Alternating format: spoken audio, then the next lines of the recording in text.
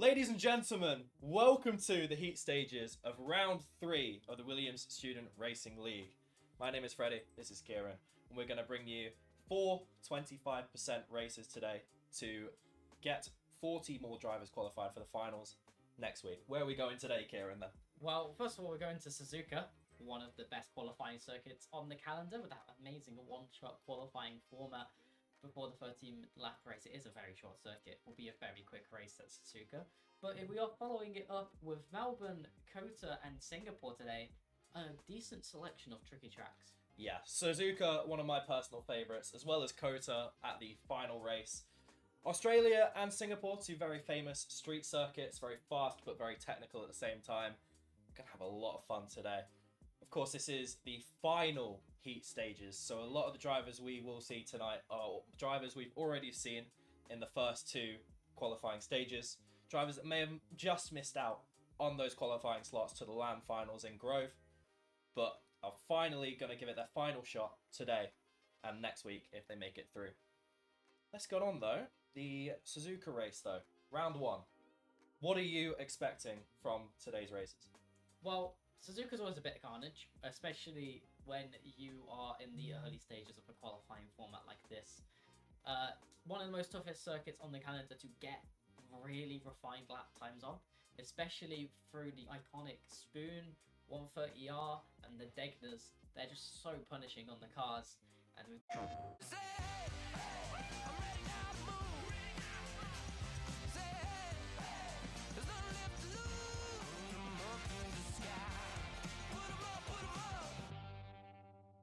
PlayStation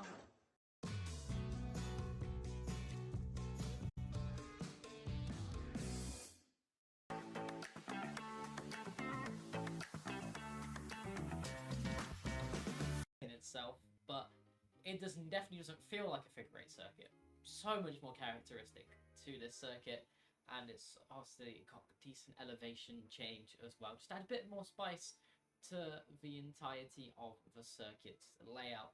Now, the top 10 today is what go through to next week. It's a 2-week format here, and next week will be 50% races with half of the drivers from the lobbies roughly. But all of the drivers need to be focused on just keeping it consistent here today, as getting through the top 10 is their goal, not straight up winning it. Yeah, and 25% race, so only 13 laps to get that win, or get into those qualifying slots, I should say. Suzuka, a track that's become notably one that's harder to pass on in recent years, so qualifying will matter a lot. It's a very flowy track. Again, one of my favourites. That Sector 1 with the S's will be, I think, a point of contention for a lot of battles, especially in the opening lap, as people try and fight their way for track position. And we'll see how it shakes out, especially after that opening lap, once everyone's kind of settled into their positions, who can make moves in the latter stages of the race, who can get the times in, the quicker times in, compared to everyone else on track. Anyway, we're just about loading into the lobby, as I can hear the clicking of the clicking of the start timer in game just off the back. Let's get into it, shall we? One shot qualifying, of course, then followed by 13 laps of fast-paced racing. Here, that's the Japanese GP for Williams Student Racing League. Yeah, got 16 drivers for this one-shot qualifying. You're going to see them going one by one on the screen, though. We're trying to follow through on the fastest driver in this qualifying. They want to get one chance, one opportunity, one shot, as the name suggests. Always exhilarating when you only have that one chance. They will get a small opportunity here to refine those setups, but they will have to keep going into the race. If you make a mistake in your setup, you're going to have a struggle going on through. But hopefully, here today, they find the correct setup first time round and can find the comfortability to set that key lap time. As we are just waiting on the players to load, we'll be moments away before we head through the first corner, and this track almost instantly gets onto full throttle action. While we are waiting then, I've got to ask you, what's your favourite sector on this track? Because for me, it's got to be that Sector 1, you know, that fast dive into a very, difficult to, pin the line, for me at least. Difficult to pin exactly where the line is in that Turn 1 and Turn 2. And then you go straight into that flowy curve section before going towards the back of the track. That's my favourite. What about you? What's your favourite part of this track?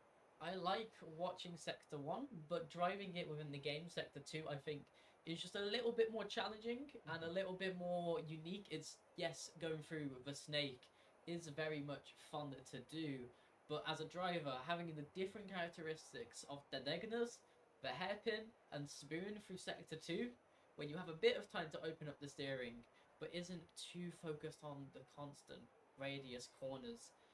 It's a lot more versatile in what you will approach. Obviously, sector number 3 is where you will potentially find overtakes, unless they're into turn number 1, due to the run through 130R into the chicane at the end of the circuit. That's really where you want to be watching for overtakes in the race. But here in qualifying, offer the 130R, still iconic in name, but in these modern day corner cars, it's a very, very flat out corner and isn't necessarily as challenging. To finally get underway, we'll be starting on board with one Jumpy Cub, a driver we've seen a few times going for turn number 1. Here we are then in that very bright pink F1 World car, making his way around. Looking a little bit twitchy there through the first 2 turns. Not using all the track on the exit there as we enter the snaking S's section. Had a little bit of a slide there through the first left-hander, but looking very stable now as we go through some of these slower turns in this section and through to the end of Sector 1. That is a 32.864 seconds Sector 1. Still keeping it quite safe, not wanting to invalidate. Oh, there's a little bit of slide there, coming under the bridge. Yeah, one Jumpy Cub struggling, going into sector number 2, under the bridge, into the hairpin now. Is again getting really slidey on the exit, potentially not finding the ideal setup, and this car being very loose compared to the control that they are wanting from it. As we look up the grid, Esports 3, Lewis, William White and Bolton all fighting for those top 3 positions at the moment, constantly changing as we head into sector 3, going through the spoon curve. We do see one Jumpy Cub struggling heavily with the car, still in the top 10 positions at the moment in this qualifying, but now it's just 130R on the chicane as Lewis ends up retiring. He was one of the top 3 positions, and he's ended up sending it through 130R and is out of this session, but it's going through the chicane now with one Jumpy Cub. He put through shortly. He's crossing the line with a 128.8, followed by William White, Alex and Bolton Romas with the 134, and then a bit of a bigger gap for the rest of the drivers behind, as we still are waiting on the final drivers to come across. But the top 10 is set, with the leading 3 being Esports 3, William White and Alex. What's that? A 128.8 to start and a 143 down at the bottom currently. A couple drivers either invalidating or disqualifying there, down with Lewis and driver 1. 16 drivers on the grid. I think we got a quite good car to watch, because it showed a pretty midfield, what a midfield lap looks like. So you can see where maybe some time was lost to other drivers. Anyway, there we go. Esports 3 with the pole position. William White in P2 at Kelsey Alex in 3rd position. And that is the 16 drivers qualifying for our first race of the evening here at Suzuka. And a decently competitive race for P3 between Alex and Bolton Ramos. Only 1.5 tenths splitting the 2 of them. Again, you also got Adam, DVC, and one Jumpy Cub also with about a 10th split in them. It's going to be interesting to see if Esports 3 can show that level of dominance he had in qualifying, very much way out in front on that 1 lap. As we will be loading in to the race now, there's going to be a few moments for their drivers to set themselves up before the lights go into the sky of Suzuka. Very clear skies here, very temperate weather, and this is going to allow these drivers to really try and get the performance out of the tyres. 13 laps of the 3.6 mile circuit, 18 turns on this track. Lap record, I believe, in 126.9, if your notes are correct. we hope they are. Yeah, so we've got 19 turns, 3.6 miles. Going to be a very, very fun race. Again, a track I love. So I'm really glad. Thank you, Williams, for giving us Suzuka for the first race this season, for this evening. Put my iPad on mute, shall I? As we go to the grid then, 2 lights, 3 lights, 4 lights, and the 5 lights into the sky. It's gonna be green, green, green as we go racing. Esports 3 leads the way in that silver liveried car, but that green car of Alex is gonna try and take on the inside line. Won't get through, but a little bit behind. We have William White falling back behind Ramas, who did end up sneaking on through. Jumpy Cub still down in P7, Adam losing down to P6 in a moment, and a lot of background noise as their drivers clutch and driver 2 have joined the session down at 17th and 18th. Already seeing Lewis up to P number 10 off at the start of that race as well. What a good start from him. I've got the yellow flags out in sector 1. I'm going to assume, given the fact that I've seen a lot of red arrows jumping down the field, there's been quite a few incidents. So it'd be good if we can get the track map up towards the end of this lap. But until then, I'm just going to jump on board with the people who are on board. We're currently Blades. Oh, that's the spin for a driver. That is BRD driver 1, I believe, who spun it out through sector, in the start of sector 2 through turn 9. That's really unfortunate to see for them. And they are just really struggling to rejoin the track right now. Yeah, holding on the reversals. There's out of the front. Trying to get away from Alex. Alex still in the fray at the moment with P number 2. 5 tenths in the back of him. Adam is also trying to race for P number 4. 7 tenths there, but William White is building on that pressure for that P6 position as well, as they're all close together. And Lewis makes a move into P number 8. 2 moves very consistently across the circuit. He is already back up half the grid already, and it's now the front drivers. It's Lewis gets one past one chubby cub, and will now be trying to get past William White, Adam, and F1 Sim as well. He's really trying to get through it now, but Esports 3 has Alex on the background, but we see all of the drivers in the distance, all on the top of each other. 3 wide going into the first corner, whereas Esports 3 is a lot easier time as Alex is connected down the inside. Less than a second separating the first 2 drivers. We've got another caution flag set in sector 2. It's gone now, thank God. 18 drivers have started this race. It looks like one's already DNF. That is Viney Racing. And BRD driver 1, who we saw spin out before, is down towards the back of the field, but catching up on Blades. Here we go, though, on the complete other end of the field. Drivers who are having a great start already. Esports 1 Cassie Alex leading the charge by a comfortable margin from P3 and D Bolton Ramos, driver who we have seen a few times already in the Williams Racing League. Yeah, as we're going through into this one then, we saw the strategies pop up just for a moment. Starting in the medium tyres, soft or hards with that to the end. One-stop strategy here really is the comfortability, as it's not going to be too difficult to get through this session without any kinds of issues. Due to the fact that we are on a 25% and the racing wear on the tyres, it doesn't necessarily scale as relatively effectively as you might think it does. It's not quite accurate to 4 times the value of tyre wear, so this allows these drivers to make one-stop strategies work a lot easier than 50 or 100% race distance races. But Lewis is already back up into P4 as Blades picks up the first penalty of the session. Yeah, it's not looking like a very good evening for Blades, who, as it stands, will be a driver who will lose out on qualifying for next week. Of course, the top 10 we'll be seeing next week for the finals of Heat 3. Currently, Spaghetti Cat is on the chopping block, but still just in that 10th position, and Waze has 2.8 seconds to catch to try and get into that final qualifying position in P10 with only 11 laps to go in this race. As we go towards this battle then for P12, this is going to be one of the fringe battles, but mainly for points to see a little bit more DNS. This track is very much a war of attrition for these drivers, but that yellow card livery sliding all over the place just a little bit through the S's as we head back over to Lewis, who's already in the back of Bolton Ramos. We already saw him in qualifying. He was racing for the top 3 positions. He was ahead of the pace that Ramos was able to put down, and he's already within the span of 3 laps, 4 within DRS range, as Alex ends up getting past Esports 3. Alex is now going to potentially try and lead this away, as Esports 3 may have run into an issue as he's already losing all of that time, and down this back straight, Bolton Ramos is going to have the momentum to pass him as well. Clearly some kind of issues falling their way. Meanwhile behind, William White able to get P number 5 in front of F1 Sim to keep within that 5th position. Positions right now, just for the glory, but if this was next week, P5, that's where it's all up for grabs. Red Ludwin then we saw on screen before picking up the first 3-second penalty for multiple warnings on track limits. So unfortunate for them, it looks like with their 10-second gap to the car ahead, plus that penalty will not be qualifying this race unless something incredible can happen for them.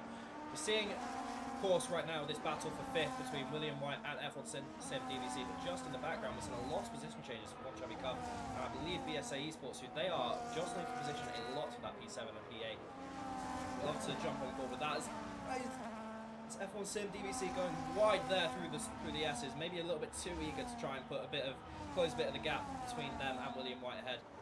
And then again through the gravel trap at the start of sector 2. really got to look after themselves there now. That's going to have damaged their tyres quite a significant bit and lost them a lot of time. Gap will only be increasing now. It's really right, decreasing to one chubby car behind. They need to compose themselves again and get back to racing cleanly if they want to keep their position. Obviously, starting on the soft tyres, the technical is going to start becoming a lot more difficult when that grip ends up falling away into the curves. It gets very, very difficult to ride when the tyre wear starts to spike on top. Alex still leads the way, then Esports 3 is in P number 2. Lewis has got past Bolton Ramos in P number 3. Esports 3 has been able to at least get into position and centralise themselves again. They need to not overpush like they did before. There's no need to overpush for the victory, but driver trying to push right now is Adam. They need to get up the grid and they need to not get held up as they want to make sure that they can still stay within this top 10, and they do have a 14-second gap behind and will move up into P number 8 as Visa Esports ends up having an issue through the last corner. Esports 3 made a note before, it looked like it was having some issues, but still managed to set the fastest lap with a 1:36.58, I believe it was. So maybe they just had a bit of a moment and they're catching back up. Looks like the gap is closing at the front just a little bit. So we'll see if Esports 3 can bring the fight back to Alex towards the second half of this race. Yellow flag being thrown out again in sector 2 now. I'm going to assume that was just someone going wide and rejoining. So nothing too crazy. We're still on board with SVC Lewis, who's now within a second of Esports 3. If they can keep this gap close throughout the second half of this lap, they can just be able to get DRS on Esports 3 and potentially start putting that driver under pressure. Lewis absolutely on the charge then. 5 laps into this race, not even halfway through. Still got a pit stop to go through. Yes, Clutch 02 pick up a 10 seconds, speeding it into the pit lane penalty. That's a penalty that you see quite actively from drivers sometimes end up getting. It's a very hard pit lane to get nailed on here at Suzuka. There's so much time you can gain by just nailing it perfectly. The one driver who's seemingly nailing it on the circuit right now is Lewis, who was already 5 tenths behind Esports 3. And with his exit, he just got a little bit on the rear end. And that will mean it's going to be a lot harder. But if he has the ERS to deploy, you've seen it be so powerful in this game as he sets a new fastest lap of a 1:36. And he does seem to have a huge ERS advantage. He catches up all of that mileage, but he nearly ended up losing and gets right onto the back of Esports 3. We'll have to tuck on him for now as we go through the snaking section of sector number 1, where it becomes really, really hard to make any kind of overtake move work for the S's. And we see flat traffic spinning in the background, struggling to keep it on the circuit, but we get to see the tyres, and Lewis really benefiting on these medium tyres as Alex may finally start to see these tyres fall away as Esports 3 has caught into DRS within these last couple of sectors. That is a car spun around there. I'm going to assume that's going to be a lapped car down towards the bottom of the field now. I'm going to assume ways considering them. No, they're on the pits. I'm losing my mind. Lewis really seems to have lost a lot of position now to Esports then.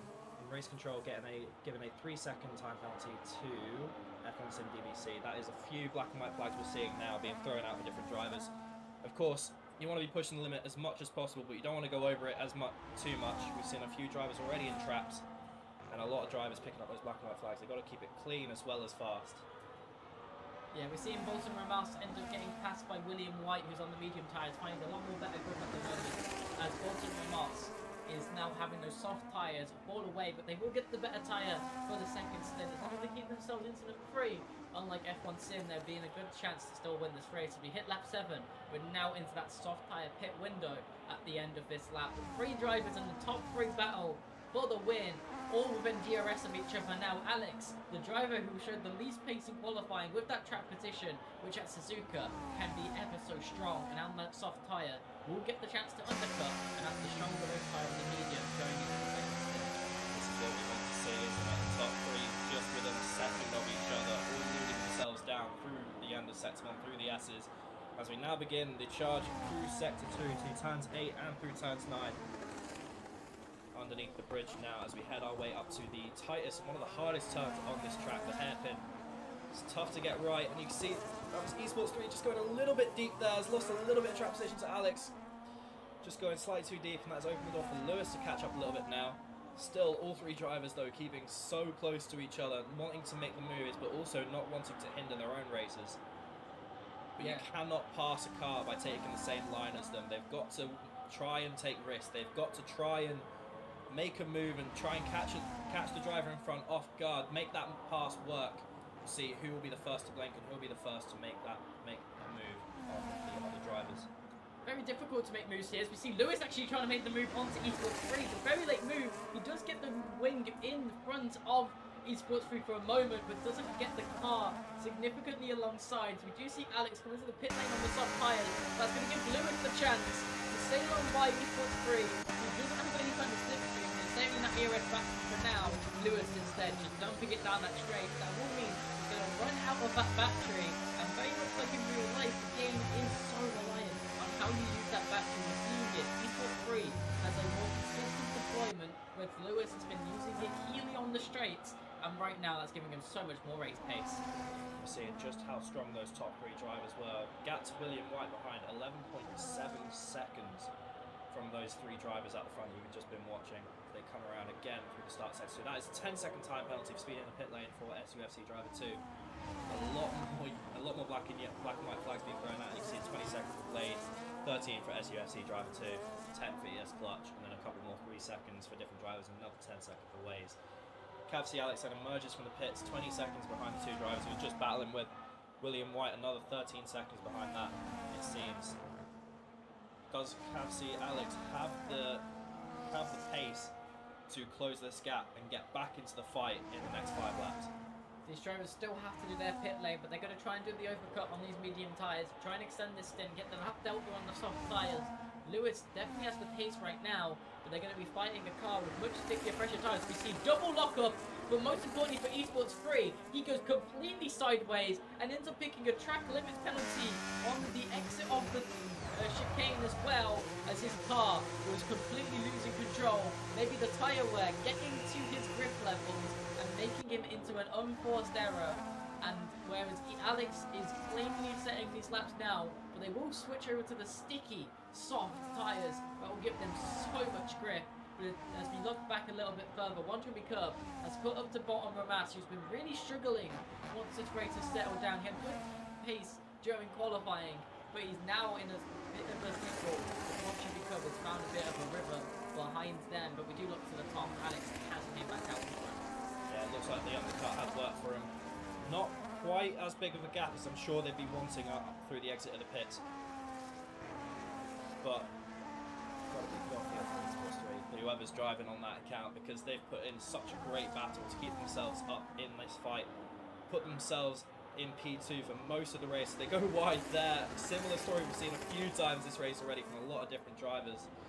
Got a feel for him though, this 3-second penalty almost guarantees a P3 finish, regardless of how good they can race against SRL Alex and SVC Lewis now. Maybe they can bring a fight to him still, but at this point, if I was Esports 3, I'd just accept the fact that I'm at least finishing on the podium and at least through to the finals, and just not cause any trouble. Make sure they're staying alive for this final 4 laps of racing. Lewis is looking really racy. He's going to try and get every ounce of effort out of those soft tyres while he can. Track position may be king, but what can you do in the discrepancy of a tyre advantage? Is this going to be a good defensive move from Alex to force Lewis to try and have to go around the outside? But you can see that grip. He is just able to get onto throttle, even with a compromised line through that section, and he's going to be hounding the back going into turn number 1. And you can see on the onboard that ERS dumps the entirety of it and gets completely by before the first corner even comes through, and Alex is going to be starting to struggle, especially early on in this stint. But we see William White setting the fastest lap by over 5 tenths over what we saw previously from Lewis on the 130.6, but now he's got clear air out in front of it on a fresh set of sticker softs. Yeah, the gap already up to 7 tenths from SRL Alex, and it's only building. He's got another half a lap. Oh, no, the wall! Lewis into the wall through the second Degner, catches onto the curb off of the first, and isn't able to right the car. We saw issues from Esports 3 over pushing, and now we see the same from Lewis as well. Alex has massively started to benefit through just being more consistent. We haven't seen him make any of these levels of mistakes, and right now he's got track position over Esports 3. Luckily for Lewis, there isn't going to be any severe damage for his cars. We do run milder damage rather than severe, and he's still got a 10-second gap over William White. But what can Esports 3 do about their penalty? They're on the soft tyres as well. They have a lot of pace behind Alex. But if they can get past them here, they're only going to get 3 laps to try and build a 3-second lead. As they come through the chicane now, he's trying to set himself up for a better exit. But Alex has got a lot better off this time around because he has the ERS. The ERS is such a crucial part to your defence in the F1 game here. But clearly he does not, as we see Esports 3 sail past in the same way we saw Lewis. But now, can he build that 3-second gap within the short time span he has left? All of the sudden, a little track limits penalty doesn't seem that bad of a fate for Esports 3. Soft tyres, almost a little bit more balls, you could say, because he's been pushing it a lot harder than what we've seen from Alex so far. Does he have, can he build 2.5 seconds? That's Alex going for another slide. All of a sudden, Esports 3, even with the penalty, now is put the pedal down as hard as he can go. He's built that 3-second gap. Lewis has dropped to P3. Now Esports 3 just needs to keep it clean. That's all they need to do. Out at the front of the field, out at the sharp end of the field, what was such a close fight between Esports 3, CavC Alex and FVC Lewis has turned into 6 or 7 seconds between the top 3 drivers. William White now has a little bit of a door open. 8 seconds behind Lewis with 2.5 laps remaining. Can William White close that door and put pressure on a driver who's proven to be one of the fastest in this lobby so far? Or will this be how the podium finishes with Esports 3 in first, CavC Alex in second, and SVC Lewis in third? Looking down the order though, it looks like with most of the gaps we're seeing, this is going to be the 10 drivers that will be qualifying, with William White, D-Bolson Ramos, One Chubby Cub, BSA Esports, NRC Adam, F1 Sim DVC2, and Waze holding the 10 top positions in this race. Couple black and white flags for P9 and P10 will hopefully, for them, doesn't affect their finishing order at the end of the race by the time they cross the finish line. But unless Waze has picked up 20 seconds worth of penalties and still manages to lose time to NC Sim, should be finishing and claiming that final qualifying position. As we are now rounding to lap 12, with Esports 3 in the matter of moments has capitalised on the errors of the people around them and is now trying to just put down the pace and consistency in P number 1 with no pressure behind. Meanwhile, Alex is in a comfortable P number 2 and Lewis up 11 positions has founded it with that mistake for the Degner's 2 laps to go. But right now, it's still got to be happy that they've salvaged the qualifying, but they ended up having to start at the back of the grid with. Meanwhile, William White actually running really good pace still on their current compound of tyres, only down to 5 seconds now. It's going to be a very much difficulty to bring it, especially with how much we're seeing their car slide. But at least that gap's coming down consistently, so maybe there's a chance to catch Lewis. A lap and a couple more corners left in this race for William White, as Esports 3, I believe, would have just crossed the timing line to start their final lap. That 3-second penalty they picked up before, yes, it may have been a mistake on their end, but just by keeping themselves composed and keeping themselves in the battle has taken that P1 from a few other drivers' mistakes and keeping themselves out of trouble, even with pushing it and going into the gravel trap a couple of times, as we did see from them. This is a bloody good race for Esports 3, who will be taking the win in about half a lap's time unless something crazy happens, and we've seen a lot of crazy stuff happening this race. I don't want to give him the commentator's curse. We'll see what happens. As it's also important to say, it's not always just about the finishing position here. There is that top 10 that is crucial to qualifying to the next stage, but you don't have to always make it through every single stage. As long as you have a consistent bout of performance, you potentially can still get picked as a driver to make it to growth through the panel of judges or through being a teammate to the universities and colleges that have the most competitive teams and the most drivers who make it out to growth. But we now come through 130R through the final time with Esports 3. He's going to be glad to see this again for the last time as he now rounds into the sunlight to come across the line and pick up the win by 5.7 seconds, even with that 3-second penalty. Alex will round through in P number 2, and then down 9 seconds after being so competitive. Lewis has really struggled after going off the circuit, is now down 10 seconds, and is only 5 tenths ahead of William White, who tried to make the charge work, to try and catch up, but still through with that P number 4. Then we go to Bottom Row Mass, who has been able to defend off one chubby cove for P number 5, and one chubby cove in P number 6, so we've just got a few more drivers to come across. What a race. A lot of crazy things happening. A big gap in terms of skill on this field. You can see so many black and white flags being thrown out. So many drivers being left. A lot of drivers in gravel. Don't think this is rally, guys. I think you need to keep it on the tarmac. But you know what? Fair enough. Pushing limits as hard as possible. That is what you do in racing. As we're on board with Waze, the 10th driver to 10th and final driver to qualify in this race. We'll be seeing them in the heat finals next week. I'm sure we'll find out which tracks we're going to then. Until then, we've got 3 more races for today. Yeah, 3 more races: Singapore, Kota, and that of Melbourne. So it's going to be crucial for you guys to stick around, as we've still got 3 more heats to get through tonight before we head for the races next week, where we get 50%. We get to see that strategy evolution. As the final drivers are crossing the finish line, there we go then. It is set in stone who will be qualifying. Currently on board with NCS Sim 2. Pretty nice yellow livery, I've got to say. I'm a big fan of liveries. Here we go then. Podium celebration for a very well fought and well earned win. I do think the game has bugs due to people leaving the section a bit early. It's definitely esports 3 who ended up coming out on top. But right now, we're definitely seeing a different selection of drivers on the podiums compared to what we've meant to see. I think a few of the players left the lobby early, and it has shuffled up the position. So we're going to make sure that we confirm everyone who gets through correctly was of the finishing order. Next, we'll be shortly back with the next race. I'm pretty sure the next race will be that of Singapore. Yeah, and we'll be back in 5 minutes for that. We're just going to hopefully get the final orders up. If not, then we'll go to a quick break and we'll be back in 5 minutes for Singapore.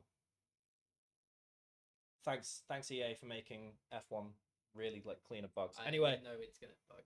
Yeah, all right, don't worry. We'll see you guys in 5 minutes. Stick around for Singapore.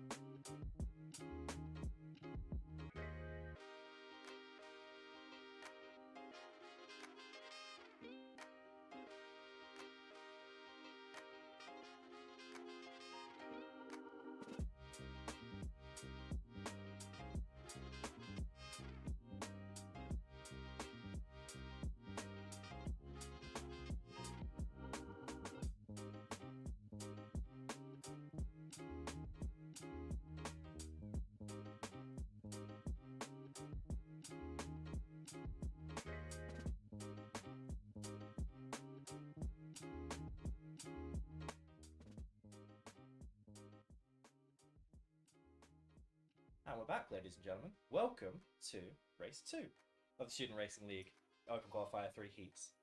I'm still Freddie, he's still Kieran. And now we're going for Singapore. One of the most infamous street circuits on the F1 calendar. It is a tough one, a lot narrower than Suzuka, where we've just been. One where the margin for error is small.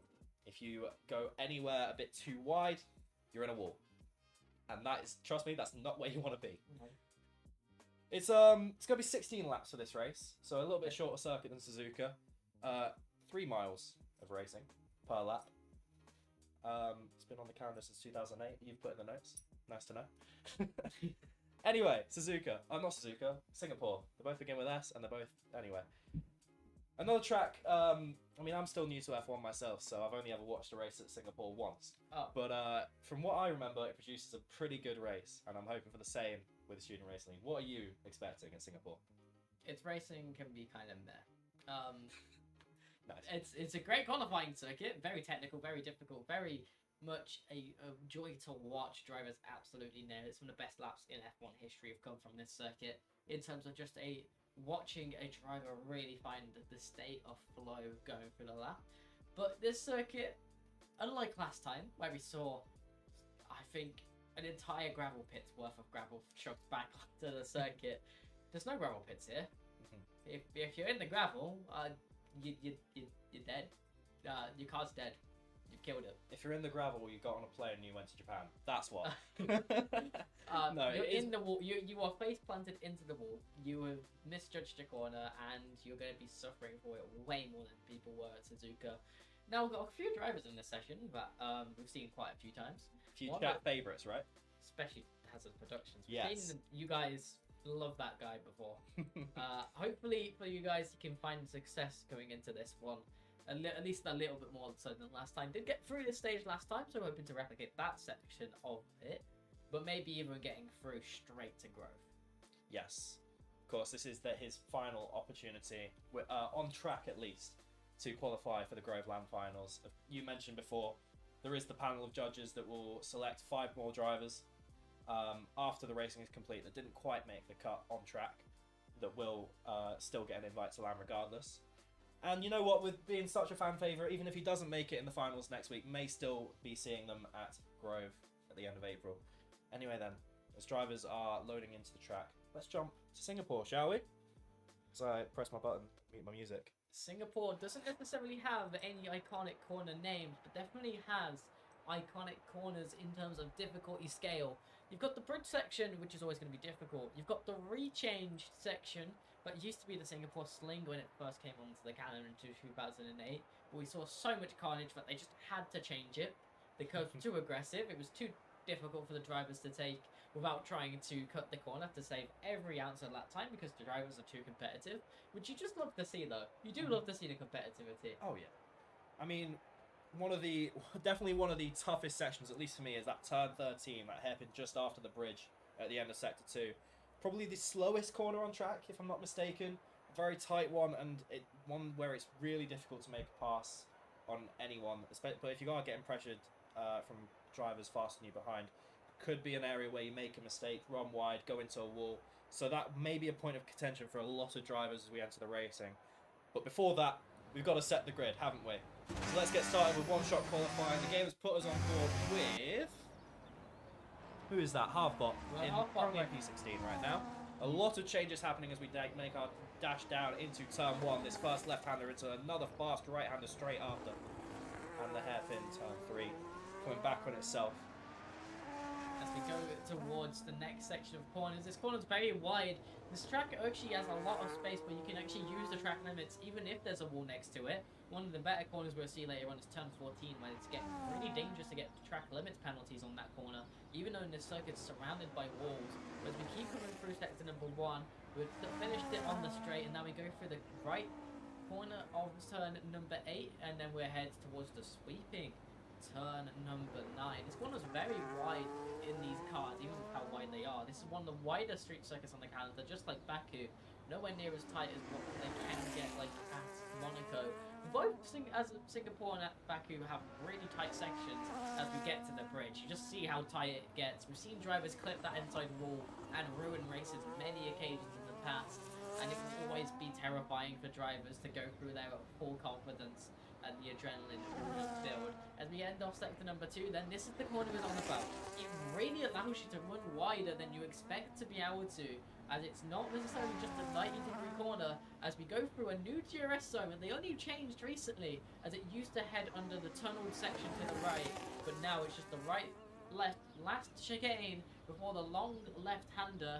We see Racing with 5, leading away from Dan's, and then Adam, with the top 5 being founded out, but he's got 2 and she's from it, but we've seen fan favourites, Hazard's Racing Productions, not even get through with a clean lap. That's a lot of drivers actually not setting laps, 2 disqualified, 4 more, I'm going to assume, exceeded track limits.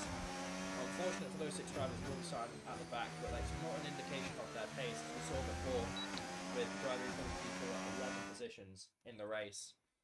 So we'll see what happens for those rear drivers if they have the pace to make up the positions. Of course, not a track where there's a lot of space, so they'll want to get past safely throughout this race, as the fastest goes 1:29.8, a bloody great lap if I do say so myself, and the slowest setting a time of 1:51 is Blades, 21 seconds away from P1. So another big gap in driver skill at this track today. As all the drivers are loading into the race, what are we expecting then? Because I expect with that many drivers not setting a time, a lot of driver changes, especially a lot of position changes, in the first couple laps, as those drivers who did not manage to set a lap time want to push themselves back up the field, making up the positions they lost on that start. Singapore's iconic turn 1 carnage is something we've seen on many occasions. One of the biggest ones we've seen in history was 2017, the multi-car pile-up that ended up happening with the front runners in that occasion. It was wet, so it was a little bit more dangerous than normal.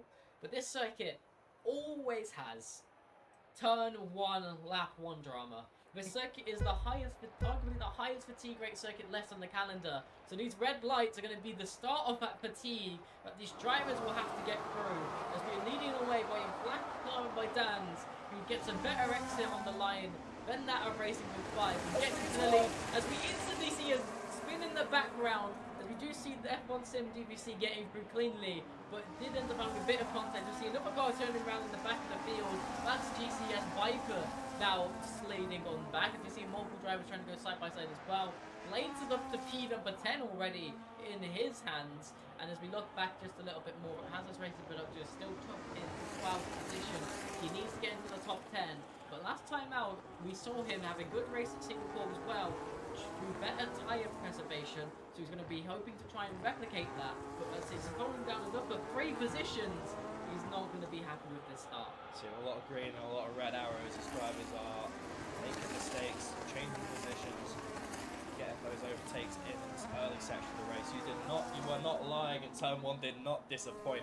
Absolute carnage, seeing 3 cars trying to turn into one corner and into each other. Always was going to end up with a car spinning and a car losing positions, a car potentially in a wall. You never know really all that happened, but all we know is it's already interesting, and we're not even 3 miles into the race. Contact between Kuhn and Charlie Fortin, who tries to go around the outside, but wheel to rear wheel contact, probably the safest level contact we can get, as we now see him flipping into the side wall and out-braking himself massively, and then tapping the back of these sports free, trying to find some lap time out of the car. But if you drive that erratically, you're going to be pushed on track limits, as we see them go so wide. Both of these drivers nearly hitting the wall. One of them even did hit the wall. Lucas BGNS as well down in the back of the grid. Charlie Fortin then picks up a penalty for track limits, as you've seen him going erratic, and they spin it as well. The race for Charlie Fortin just rumbled in front of their faces as they try and spin it back around. They're going to be dropped all the way down to P number 12, and they're still going to have to build back up to speed. But right now, a huge gap to driver 1 will give them at least a little bit of reprieve, but they have a huge margin to get back to get into the top 10 now. It's lucky collisions are off for those spun drivers, because otherwise unsafe rejoins on a track this narrow would be causing carnage. We'll see half the drivers not even finishing if that was the case. 10-second penalty then has been picked up by GCS Viper, has already picked up a 10-second for speeding in the pit lane. Not good for them. They're down 3 positions on their race start and will only lose more time after that. We'll see what happens to them in the later stages of the race, but we've got to talk about Local Coon, who is up a lot of positions off that race start. Up into P7 now, and still making a charge on P6, but now we are following Cheese Grommet. Love that name. As he's chasing down CCSW Adam down in this final sector 3, down in the DRS zone. Going to the right and the left chicane of turn 16 and 17. This last corner is very exhilarating to watch for. It's so fast with these cars, and Racing Rig 5 is fast as a lap with a 1.27 and instantly finds the room to make the dive bomb. Goes a little bit wide in the exit, straight into that last corner, and that means he's going to be able to get a decent run through, and those medium tyres already seeming to be in the favourably softs on that of Dan's. He had a good race start, but not able to keep up with Racing Rig 5's pure pace that they are putting on display at the moment. We'll have that DRS assistance to try and make something work. But around the outside, you're going to really have to rely on the grip as they do get shut out over the curb. No walls to put them into, but we do see that traffic. Thankfully, ghosting is enabled because that was a very erratic re-join by what looks like Charlie Fortin, whose race has got even worse down into P14. But Travis Race, who has got better since we've talked about the name, it's House Races Productions up into that top 10 with that P9 they're currently standing. It's called the sharp end of a field for the reason as they go over the bridge and through that turn 13 hairpin. The knives are out between those two front drivers. They will throw as much as they can at each other, seeing what sticks and seeing who can come out victorious in that front two battle. But here we go though, down in the midfield of the race as 3 drivers coming through that hairpin, trying to get a little bit of pace with each other through the DRS zone, through this right-hander now and into another DRS zone. That is the driver in a wall in the background. Sorry, that was a bit of a jump scare. Yeah, very aggressive slam into the wall in the background. Did not expect to see that one. Meanwhile, an incredible race here for P number 6 as we see Coom, Esports 2, F1 Sim DBC and Esports 3 all heavily congested on the circuit, all overlapping onto each other. And Esports 3 is going to try and have the inside line, but won't oversend that one down the outside of F1 Sim DBC, who in this green, white and black livery trying to defend the white livery Esports 3, who has lost quite a few positions here. Was behind Cheese Grommet earlier on in this race. The back end slides out with F1 Sim DBC and then not getting any DRS. That should have opened up the opportunity for Esports 3, but their exit is poor. A driver whose exit wasn't so poor is that of Esports 2 up in front, but still not sharp enough on the brakes to try and get the move stuck onto Cocoon, who's still currently sat in that P5.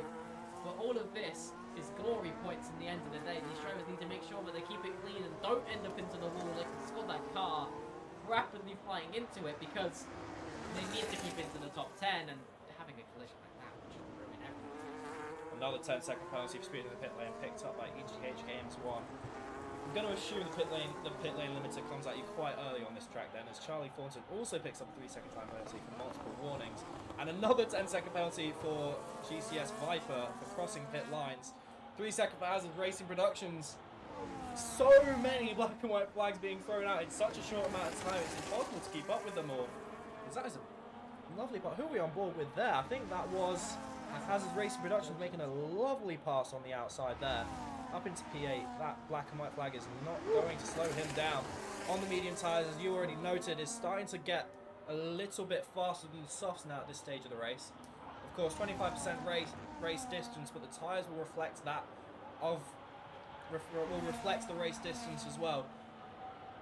So yes, it's short, it's sprint race time, but those softs will not last the whole way. Yeah, Esports 2 were able to get past that of Local Coon P number 5, but Hazard Racing Productions 2 moves in the span of 1 lap and even just 2 sectors able to get into P number 7. Really finding their pace, finding that momentum, finding the consistency on this medium tyre compound at the start, the middle section of this first stint for themselves now. But they've got 6 seconds plus the 3-second penalty to offset to even be able to race that of Local Coom now, who is still on the back of Esports 2. But as we head over to the front, Adam's got past Dan so well. looks like potentially in mistake downs there, or maybe it's just those soft tyres starting to really run out of life as we come around for the ending of our 5th lap almost.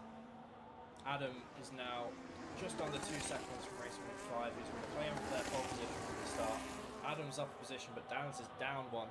But again, Local Coupe 11 positions off the start already. A great charge from them. And Hazard's Racing Productions are also doing a great charge on 7. Of course, not saying a lap timer, but as we did say, those 6 or 7 drivers not saying a lap time at the start could still be among the fastest in this race. Only time will tell. Qualifying is one thing, racing is another, and drivers are showing it right now. But for the most part, it seems like the grid's fairly similar to how it started in the qualifying order. And it does seem like the medium tyre runners are really benefiting right now in this stint, as we do see Adam now on that pace. He's actually catching up to Racing Rig 5 as well in front of them now. It seems like Singapore is a bit of an attrition race, just like Suzuka, especially with those walls being so close and tight to the circuit. But right now, we are seeing that it's a little bit, as we see an upper back marker spinning all the way back around. Esports 3 still trying to keep onto the back of F1 Sim, but out of DRS range. Even though they're able to get through on the DRS detection, they are slowly drifting away to the back of that machine. 3 drivers now DNFing, unfortunately for them. They will not be qualifying for the Heat 3 final, or the qualifying 3 finals, should I say. But if we look actually at the order, it almost seems like it is set in stone who will be qualifying. So we're only 6 laps through the race. But EGH Games is 1 minute off P10, or P10 being cut off. So Hardbot, as long as they don't make any major mistakes, destroy or damage the car, Hardbot will be qualifying. So will every driver that beats Hardbot. Very, very deep onto the brakes. There's another car in the background into the wall. I think that was Hardbot potentially, as we do see another car coming back onto the circuit from being in the walls as well. Potentially not Hardbot, as they are still driving on the circuit D75, but Esports 3 so close across the bridge to the back of F1 Sim, but then dropping out quite a lot as G Gromit is into the pit lane, followed by Coom and Dance in front of them as well into the pit lane. That's the first set of the leaders coming in off of the soft sets compound, but a couple of these drivers, one of them, off in the hearts. Finally got the track, that's lovely. Here we go, so we can see where everyone else on the track. A big point of open air in that end of sector 2, start of sector 3, which is about to be filled by, I believe, Racing Rig 5, currently in P1, going over the bridge on the map. But here we go then, with the 3 drivers coming out of the pit box. We'll see what happens to them as they start their second stint on new tyres. Racing Rig 5 just really putting the pedal down as hard as possible, still building a gap to CCSW Adam just behind in the background, you can see there. But it's the gap to Esports 2 in P3 that we really need to talk about. These front 2 drivers, they have no worries at all about losing the qualifying positions. Yeah, we do see that Adam has actually lost someone at that time. We saw it coming down a little bit to Racing Rig 5, but it's expanded up to 2.5 seconds at the moment. The race for P at number 9 between F1 Sim and Esports 3, still heavy action between these 2. Both of them have now been in the pit lane cycle, and they're still racing each other on this circuit as if nothing has split the hairs between the 2 of them, and their racing lines are so drastically different. But we're seeing Esports 3 very late onto the brakes, but F1 Sim is typically getting the better exit out of this race.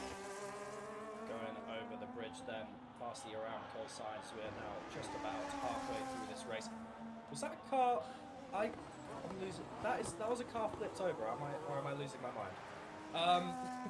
We're seeing a lot of strange things this race. That's probably understatement of the year.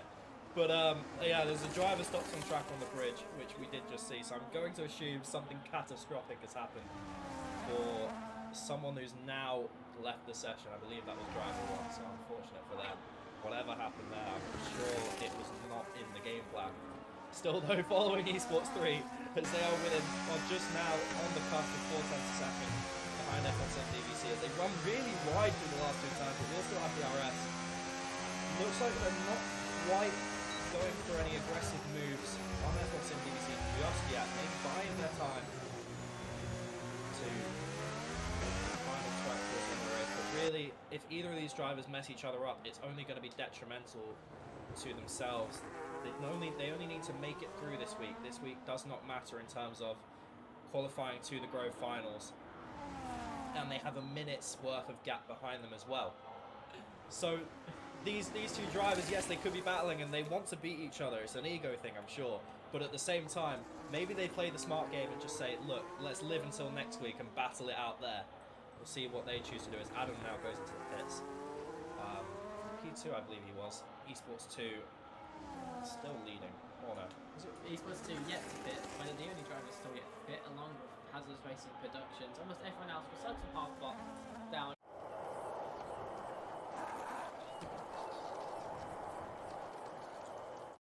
You're probably not taking your mid-game munchies seriously. It's not that deep, right? Wrong. It is that deep.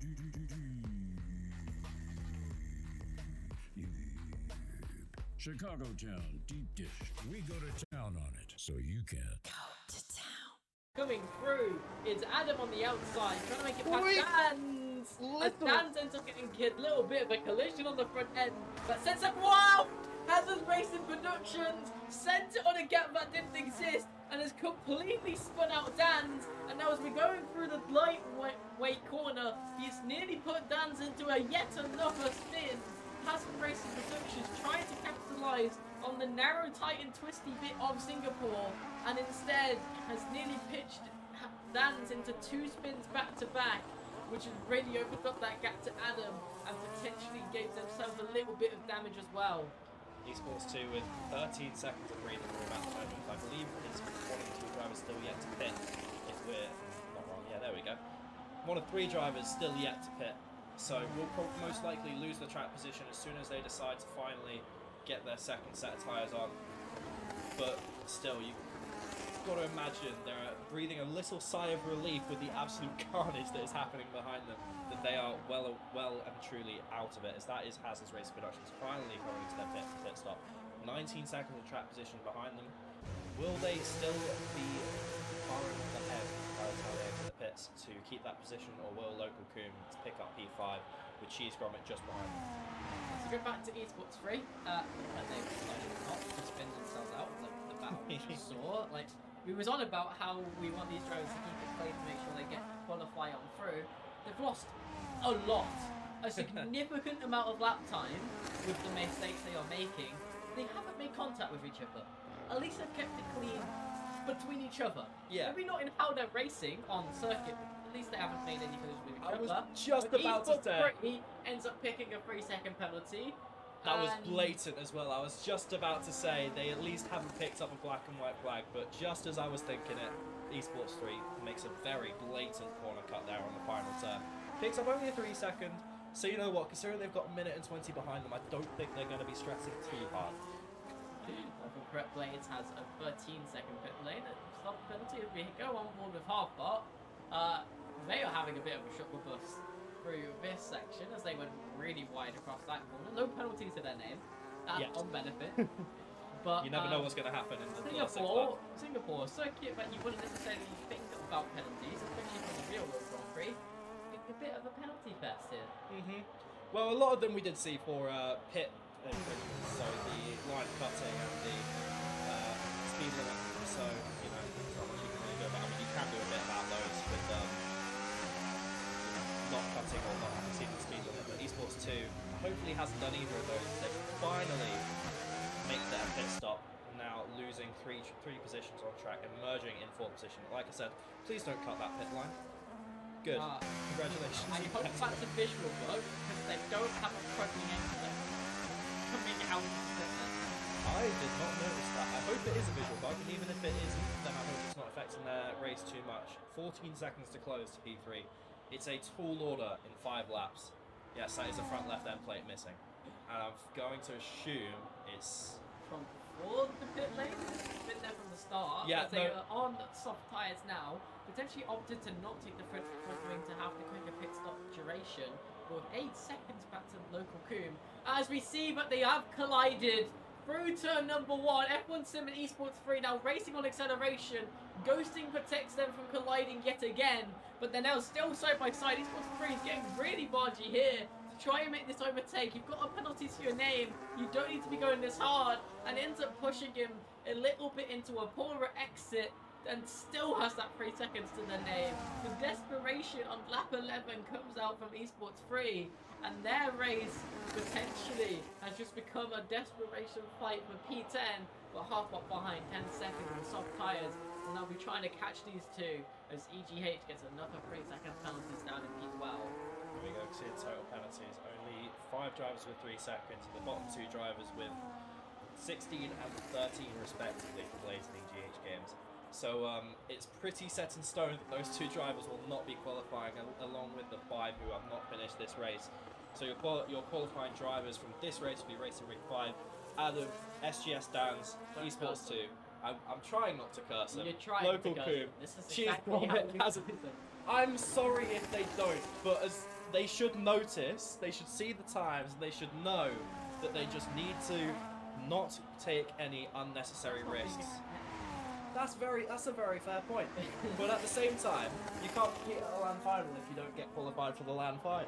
So Yeah. that's my thought process, at least for these guys. We'll see what happens as we're still on board with F1 Sim DVC. Even with that collision, still in P9 behind the man he had a collision with in P8. Esports 3 did pick up that 3-second penalty as we saw for a blatant corner cut earlier on. But maybe F1 Sim DVC knows that. Maybe they just know that they've got to stick within that 3 seconds, not cause any more damage for themselves. Find a little bit more pace. 5 laps still to go. There's plenty of time to get a 3-second ad time if Esports 3 keeps up this rate of knots. But Cheese Grumman has finally caught up to the back of Local Coup. We've seen the pace that they was on before, and they did end up switching up to the hard tyre compound. Compared to that, as the medium of Local Coup, but potentially the extra tyre life is going to start being in abundance here. Both of them 5 laps on these tyres. They put really, really early in that first stint. Yeah, we have seen as well the soft tyres really do tend to fall off as Esports 2 sets the fastest lap with a 1:32.4. We have seen the soft tyres fall off very quickly, so Esports 2 setting that fast lap would have had to push a lot. Will their tyres still be looking alive enough to get them around the final 3.5, 4-ish laps that they've got left on this race? It's what, 12 miles of racing? Should last. If it doesn't, then I don't know. Yeah, that's very true, but they have 13 seconds of gap behind them. So looks like as long as they just go for a nice little Sunday drive, they will be finishing 4th. They will be qualifying to next week's race, and they catch it. We'll see. 10 seconds gap now to SGS Dance in front of them with a 3-second penalty, so more like 7 seconds of gap in front of Esports 2 on that soft set of tyres. But it looks like it's increasing a little bit now. Potentially through the corner, we're not on board with them yet. Maybe we'll jump on board with them later on after this battle. It looks like the gap is only increasing every now and then. So tie deck must be not working in their favour. They're on board though with Cheese from it. They're just trying to follow Local Coup through and hope that Coup slips up, makes a mistake, opens the door for Cheese from it, keeping the pressure on. It's not an easy feat to do, especially through such a tight and technical sector and on a tight and technical track. Racing Rig 5 leading us away then, still with a few laps left to go. As is Racing Productions down to 7, that's what we're today with second machines from MP number 6. Local Coup is going to get heavily pressured though through this sector now. That's following the final DRS circuit point to go through. That's the main place you see overtakes. We have seen racing going into turn number 1 with that 2/10 gap. As long as this momentum goes through, we see Hazard Racing Production in the background losing the front end and pitching it into a spin. They recover it quickly, but Cheese Grumman does seem to get very close behind the back of Local Coup, but is unable to make the move stick. So now they're going to tuck back behind, lose a few tenths for now, but they do seemingly have the pace to rebuild this effort. It's going to take a little bit of a moment, as they need to get good access. They put the outside forward just a little bit. You do get a yellow flag now. Looks like a big collision in sector 2 and turns 8 on the race. Yeah, big collision for one of the drivers in front of the race that was going through. And we do see that it is potentially a lap driver, but a non-lap driver driver is Cheese Gromit, who has spun it at the same part of the circuit. He's lost his end and plate has as well. broken both sides of their end plate. Hazard takes an easy P6 there. They pick up one side of the end plate damage just from the spin, but then as they re-spin themselves back onto the circuit, they pick up damage on the opposite side, and they still have 3.5 laps to circulate around this circuit. This is going to be a very difficult affair for them to get round. At this point, we see F1 Sim GBC has caught back up the gap to Esports 3 down in P number 8. Less than a tenth between them as they go through the technical sector. No DRS until they get past the bridge. You're not happy with that, are you? a lot of tough battling, a lot of racing, a lot of throwing it into the walls. We've seen a lot of cars just messing themselves up by their own issues this race. It is definitely a track where the least mistakes helps you get a good position. So unfortunate for Cheese Gromit not following that advice. Those are 2 top positions. Absolutely amazing. The positives! Yes, look for look. Let's try and look for the positives. We see F1 Sim TBC get very late on the brakes, so much so that they slam into the back of Esports 3 and pick up a front wing end plate damage for themselves as well. We now look towards the leader of the race, Racing Rig 5, who has been one of the few drivers who have at least only got a 3-second penalty to their name. Yeah, it looks like that the start wasn't super clean, lost position straight away, but since then has been on a charge. Got that position back early on, has held it.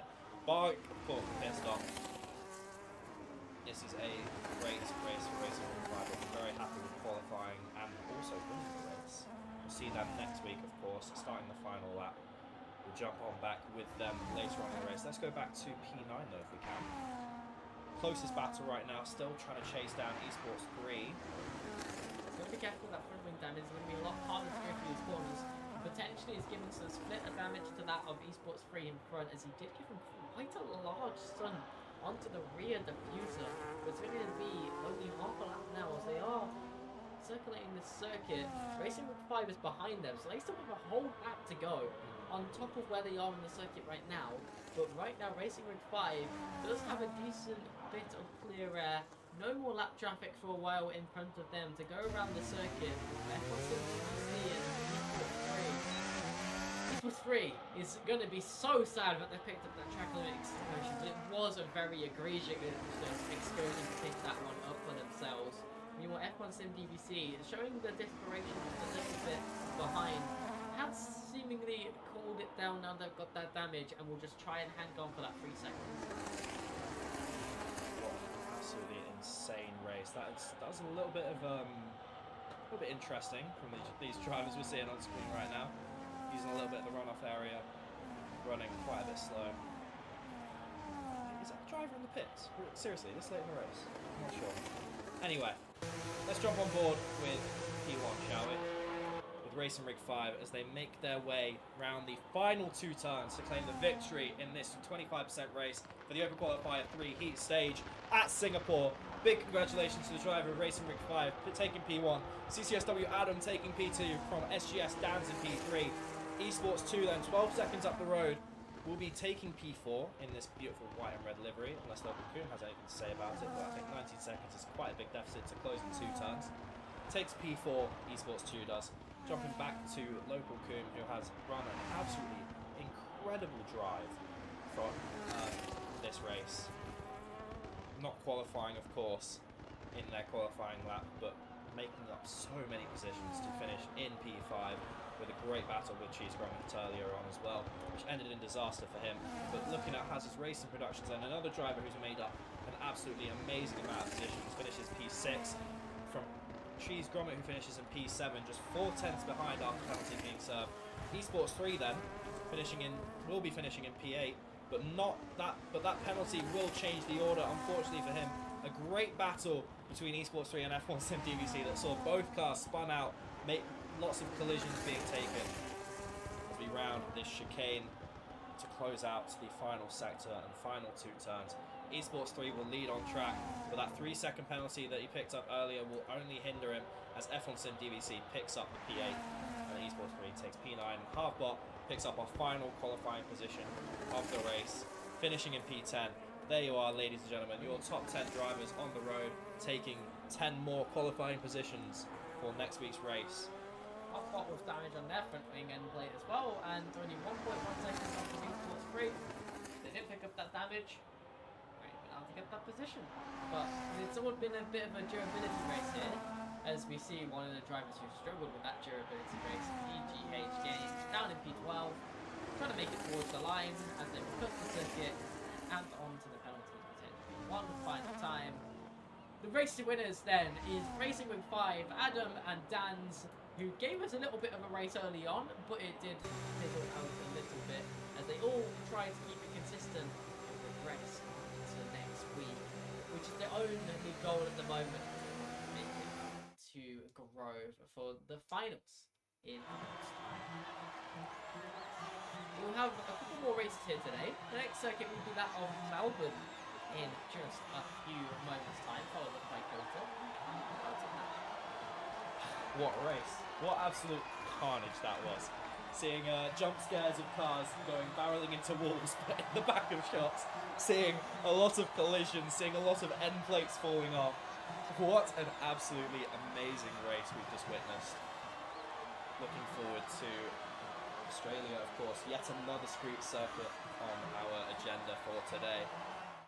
In a few moments' time, there you are, driver of the day, fastest lap race winner and most overtakes. We can look at the final standings, Esports 2 picking up the fastest lap of the race. Great work from them. Of course, 5 drivers picking up DNS, 2 drivers 2 laps down. That's us for a moment. We'll see you in a very short period of time as we go to Australia for race 3.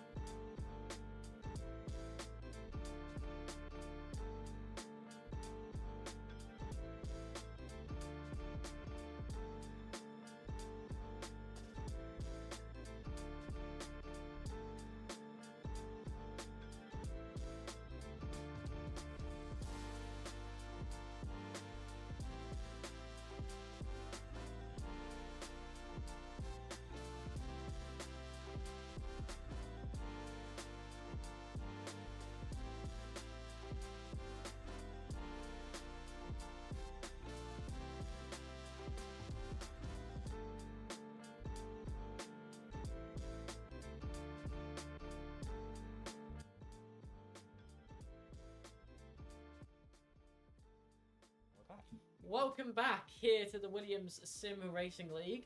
We are halfway through the evening tonight. We've got 25 races here again at Australia, then followed by Kota for the final one this evening. This one at Australia will be a little bit of a doozy, as it's always been a little bit of a street circuit, but has better racing quality than what we've seen at Singapore just gone. And with the revitalized racing quality, with the changed circuit layout, it's going to be quite interesting to see. Yeah, it's another street circuit, but with a little bit more margin for error than Singapore, which you've just seen. We've seen a lot of errors in Singapore, to put it lightly. So we'll see how drivers fare here in this 3.2 mile circuit. We're going to be racing for 15 laps this time. I've got to say though, this is another track that's growing on me because it's fast. It's one that you've got to really throw yourself at. Some of the corners. It's got a DRS zone which has a lot more curve in it than any other track. That being the run up to, if I can count correctly, turn 9. I believe that is right. We've got a really low quality track map on our little monitor down here. But you know what? I can try and count numbers. We'll see how that works. But yeah, no, Australia, a track that's really growing on me over time. Of course, the F1 season just starting up recently. A pretty good race, I'd say it. 150 overtakes. I enjoyed it. Compared to, what, 30 last year? I say I enjoyed it. I was sleep deprived. 4 a.m. Thanks. I love waking up anyway. Yeah, I know you do. Anyway, I've stolen Kieran's hat. We're gonna yeah, thank you. Repping Williams, guys. Get your hats somewhere. I don't know. Anyway, I don't know. We're waiting for the lobby to start up. It's 5 p.m. currently. 12 drivers currently. Yeah, will be our smallest race, I think, so far tonight. So we'll see what happens. At least, you know, most of the drivers that we can see down there will actually be qualifying. Yeah. So they're all going to be driving as desperately as they can for the positions that they're almost guaranteed to get, because that's the best way to do it. Be hyper competitive, because this is sim racing. Why not send it a little bit? As we see, Vinny is connecting into the lobby just a little bit late. We should only be a little bit away from getting into it, though. That one-shot qualifying will be very interesting at this circuit, but maybe not as important as at Japan and Singapore. Yes, it is a track where some really well-placed DRS and some well-timed ERS usage can really come into effect. Very fast track, but also some really technical corners that you can overshoot. You can mess up quite easily. So the driver again that makes the least mistakes will be benefiting themselves, but not quite as won't be quite as important as the tracks we've already seen today. Lobby's loading up now. We'll be in the quali shortly. What's your expectation for this race? What do you think is going to be the craziest corner? Well, this circuit has a couple corners, but the main part is turns 9 and 10. Yes. The left, right, high speed. We've seen so many people go into gravel traps at Japan. We've seen some jump scares, quite frankly, into the wall at Singapore. And now we're going to have turn 9 and 10 at Melbourne. We'll see what happens. Let's see what happens. Only time will tell. Anyway, as the 20 seconds remaining until one-shot qualifying starts, I'm going to press my magic little button and we're going to go over to the gameplay. Let's get started, shall we? Looking forward to going down under for our penultimate race tonight here for the Heats. As we go 4 seconds away from the lap starting then for the one-shot qualifying. You can have your hat back it's now, going to be interesting to see who the hell can get him through and cleanly onto the top, because these drivers have been putting on a spectacle of proportions on this evening to the extent that words can't describe exactly what they're doing. We have a little bit of a delay. Unfortunately, F1 game is going to reset the entire clock of the countdown for us because of potentially someone joining in the lobby. It's just you know what, EA's just loving how much we're talking, so they're resetting the timer. They love the yap. Can't say everyone in the chat does. I can't see the Twitch chat. I hope you guys are enjoying us yapping. It's more like endurance racing at this point. Yeah, that's what that is. An endurance race in F1 cars. Now that is something we don't see often. Here we go then. 3 seconds on the clock. Hopefully we actually go into one-shot qualifying this time. It does seem like we will be going into one-shot qualifying. We've got a different range of drivers again. We do have a couple of drivers coming back in. We've seen that Adam McEwen will be leading the way into turn number 1, but we'll lose a load of lap time going through turn number 1 and the exit of it. Now driver 1 in P number 1 will be number 1, trying to keep that in position, but they lose so much time through turn number 3, and then gain it all back instantly through turn number 4 into through turn number 5. The circuit recently been given some new names to the corners that we're gonna try and name, but honestly, it's kind of hard to remember. I just saw they got renamed. I didn't see what to, but we do see though that driver 1 is falling down the grid just a little bit as we come through the sector number 2. And now, the corners that we mentioned, turns 9 and 10, rapid on the acceleration through. And comparing just the difference in speed compared to this current generation of cars with the super switching is incredible. He's absolutely sends it into the wall as he's trying to brake late. He's then turning in the wrong direction and resetting it in the wall. Driver 1, who was up in P5, has lost it all the way down to P11. But that, ladies and gentlemen, might have been a bit of a scuff qualifying. Vinny comes through on pole and he runs it into the wall. If he can keep it on track, we have seen a lot of drivers make huge comebacks today. 11 positions gained in the first, 12 positions in the second for a different driver. Maybe driver 1's the driver forward in this race. Let's hope for his sake. Definitely have the pace, but do they have the composure to come back from such an unfortunate incident like that? It's just a case of it. Again, it's a case of whoever makes the least mistakes, isn't it? As we can see, Vinny Racing taking P1 by less than half a tenth of a second from NCS Sim 2. This is going to be a close battle. This race, 3.3 seconds is, I believe, is that Seth? I can't read it on my mini monitor. Yeah, that is Seth in P3. Adam McEwen taking P4 and F1 Sim DVC taking P5 by a second off P1. Yeah, one of the closer qualifying, especially between the top 6 positions we've had this evening. Melbourne, an easier circuit, let's say, than the last ones. Still not easy. Like easier does not mean easy in any perspective, especially in F1 cars. Let's get that straight. It is difficult to be quick in F1 cars, and this circuit has some very tight off-radius corners, and we're going to keep seeing it. Turn 9 and 10. Absolutely lovely to watch it qualify. Oh, I mean, we'll see how the race differs to the qualifying times that have been set already. Of course, 2 very different styles of driving once you get into the race. We'll see who ends up putting in the best times, who ends up making up the most positions. Of course, where you start does matter, but doesn't matter as much in a lobby as unpredictable as this. With such a tight field at the front, though, in that qualifying, I'm really looking forward to seeing how close it ends up. So after 15 laps of racing on this 3.2-mile circuit in the continent of I don't know what part Melbourne is in Australia. That's terrible for me. Anyway, here we go then. As all cars are lining up on the grid, 5 lights are on, and the lights are out. Away we go for the racing. As we see a lot of cars already darting to the outside lines of the track. That is Emily, I believe, in P1. No, is it?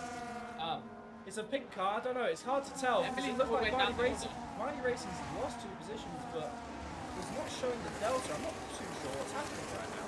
Emily is definitely way down the field, but in the lead of the race, there is an issue at Melbourne. Sometimes at Melbourne, drivers' time radar breaks currently in EA. It's been an issue, but they've been trying to fix it. But as it does look correct for itself, you see that Emily is actually down in P number 9. Driver 1 is gone in the lead, but also at the back of the grid at the same time. It's still trying to figure itself out, but we go back to the lead. Looks like now that the sector has been raced, it's all fixed itself as we go through that turn 9-10 chicane, I believe it is. Viney Racing is still leading the race from NCS into a gap that's already been built up. Laters have already picked up the 3-second penalty for multiple warnings and corner cutting.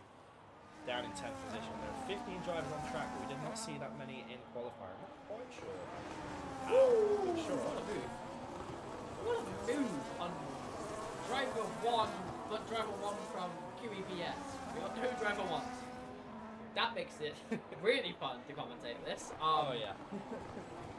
Anyways, moving on. Nice move from Emily to get into P number 8. You didn't see that their lap telemetry is completely all over the place. They are negative 1 minute 20 to the car. So, thank you, EA Codemasters. They're winning this, and we're seeing Vinny lagging all over the place in P1. Definitely got the good pace on their hands. Could you imagine real world F1 with lag? That would be absolutely insane. It's something that we can only see in Williams Student Racing League. Of course, online racing does cause these issues. Once we go to LAN at the end of April, hopefully we won't be seeing this. You never know though, because I've been to a Gran Turismo events where the pros are complaining about lag on a LAN. So hopefully F1 is not the same as we go through again the fast chicane, following NCS Sim 2 as they are just under a second behind Viney Racing. Still within the DRS range, of course. We've already completed it now on our second lap of full racing.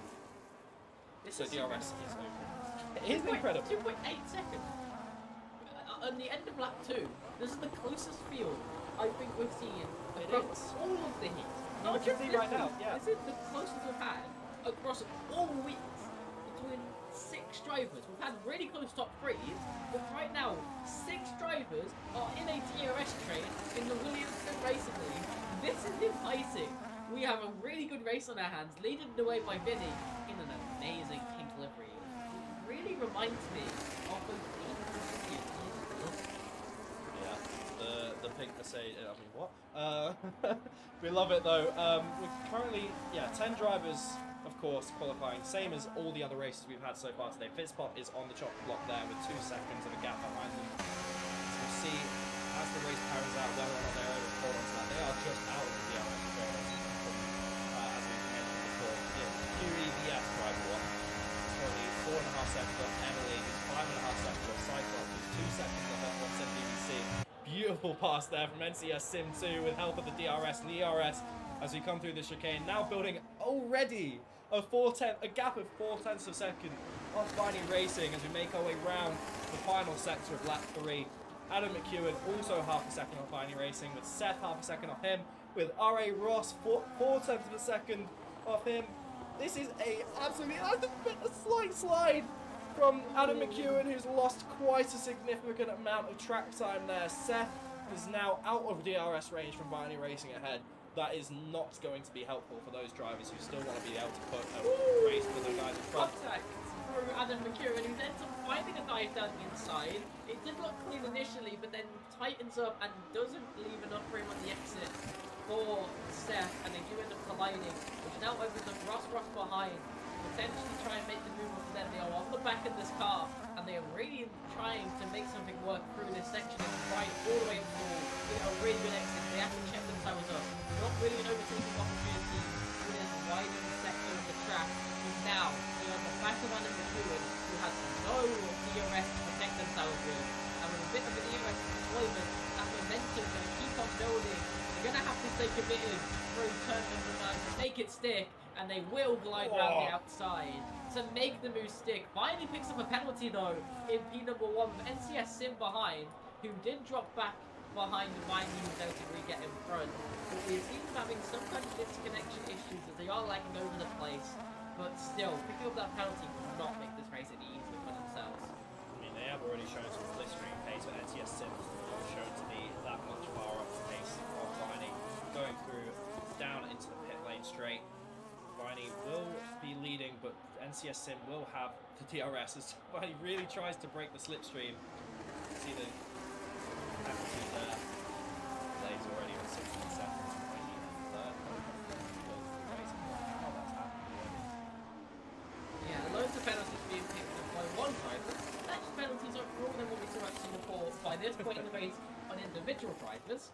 Only Viney and Cyclops with penalties at the moment. If we look down the grid a little bit, it's very spread out, but Ross trying to make the move now onto that of NCS Sim, and we see Viney dropping back, potentially through a bit of a lag moment and an off-track excursion, all compounding at the same time. All of these drivers have ended up in different positions, the lag and the disconnections, and the track telemetry is making it harder to follow who's exactly going through into what positions. But Adam McEwen, through all of that segment, has gotten into the lead, and Vinny has dropped down, but NCS has dropped down, and he's going to have to defend himself off of Seth, who's going to have the DRS wide open on the inside line. Will make it stick on those hard tyres. Having this much grip at this point in the race is very interesting to see, and keeps it on the inside line. NCS has to check himself up to keep it on track, and this is just bringing F1 CMC back into correct. We saw F1 Sim DVC, yeah, there just in the background of these shots. We did pick up a 3-second penalty. I'm going to assume through the turn 9-10 chicane, in a similar way to Vinny Racing a couple of laps ago. We did see as well, really cutting the corner through turn 10. So it does need to be careful. He's already got penalty. Why? It's the right-hander. The lag is really not helping us understand the situation. But Vinny Racing is not going down. That fight goes really wide there. Gets a little bit of hip and shoulder from Adam McEwen. Ari Ross keeping P1 there. Adam McEwen now losing a little bit of time, but we'll have DRS still as we go down this back straight. I say in inverted commas.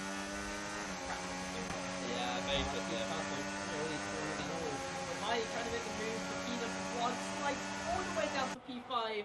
These drivers are so close onto the circuit, but one minor mistake means everyone ends up sailing on through. We've seen the lead change multiple times, and we've seen DVC now pick up a 3-second penalty. So it's a front 4 amount of penalties, and it's Adam McEwen who's down into the fence and Seth trying to make a move. But we see from the spin by themselves. They end up falling to the back of this train, and they fall off of the leading battle with how heavily they're battling. And with the inside move coming out from Adam McEwen onto Seth again, and then CS Sim trying to get into the fourth fray of it as well. We see Seth get a 1-second gap, the biggest lead we've seen at the moment, and Ross is trying to collect it all back before themselves behind that of DVC, screaming all over the circuit left and right. It's an absolute cinema at the moment as Ross does glide on through, goes wide on the exit of the corner, Yes, and CM Sim picks up a penalty, and it's all action games at the moment. 1.7 for these drivers to try and land. The Cyclops is caught onto this train as well to join the action, and we go at it again as it's a little bit of a moment of grief before we go back onto that long twisting straight. Absolute cinema indeed. Look at the track map. Look at how close they all are. P1 down to, I believe that is P7 of Cyclops. So close they make their way down through sectors 2, but 5 of that top 7 have picked up black and white flags and penalties. It's going to be tough for those bottom 5s. That's 6 now. But Adam McEwen has picked up a 3-second. Seth is the only one in this top 7 to not pick up a black and white flag, and he is leading this race. He is also leading by over a second, just about right on the cusp of it. So Adam McEwen shouldn't be able to get DRS here. Now Seth, with some very carefully played DRS, if he keeps himself just above that 1-second deficit, has got a very easy race to run for the latter half.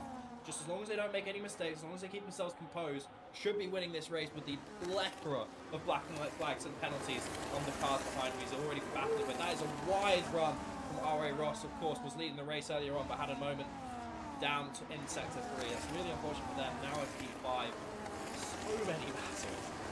Absolutely insane. They have now to catch back up to this train out in front of them. They deserve to cut down the gap. Now Vinny trying to make the move onto NCS Sim 2 might open the gap for Ross, who's been a little bit over the place through that first corner a few occasions now.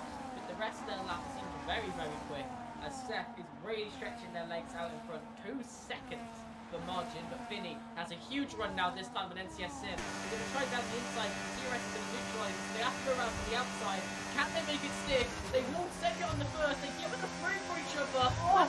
The squeeze on by, the racing speed is going to be so compromised that Ross gets past NCM Sim and then gets on the inside of Vinny as well, who find their way through. And the switchback opportunity open up for Vinny, who will get the inside and try and force them a little bit wide, which opens up the gap for NCS Sim to dive it again as well. These guys are racing. Will get pushed off. NCS Sim. Oh my god!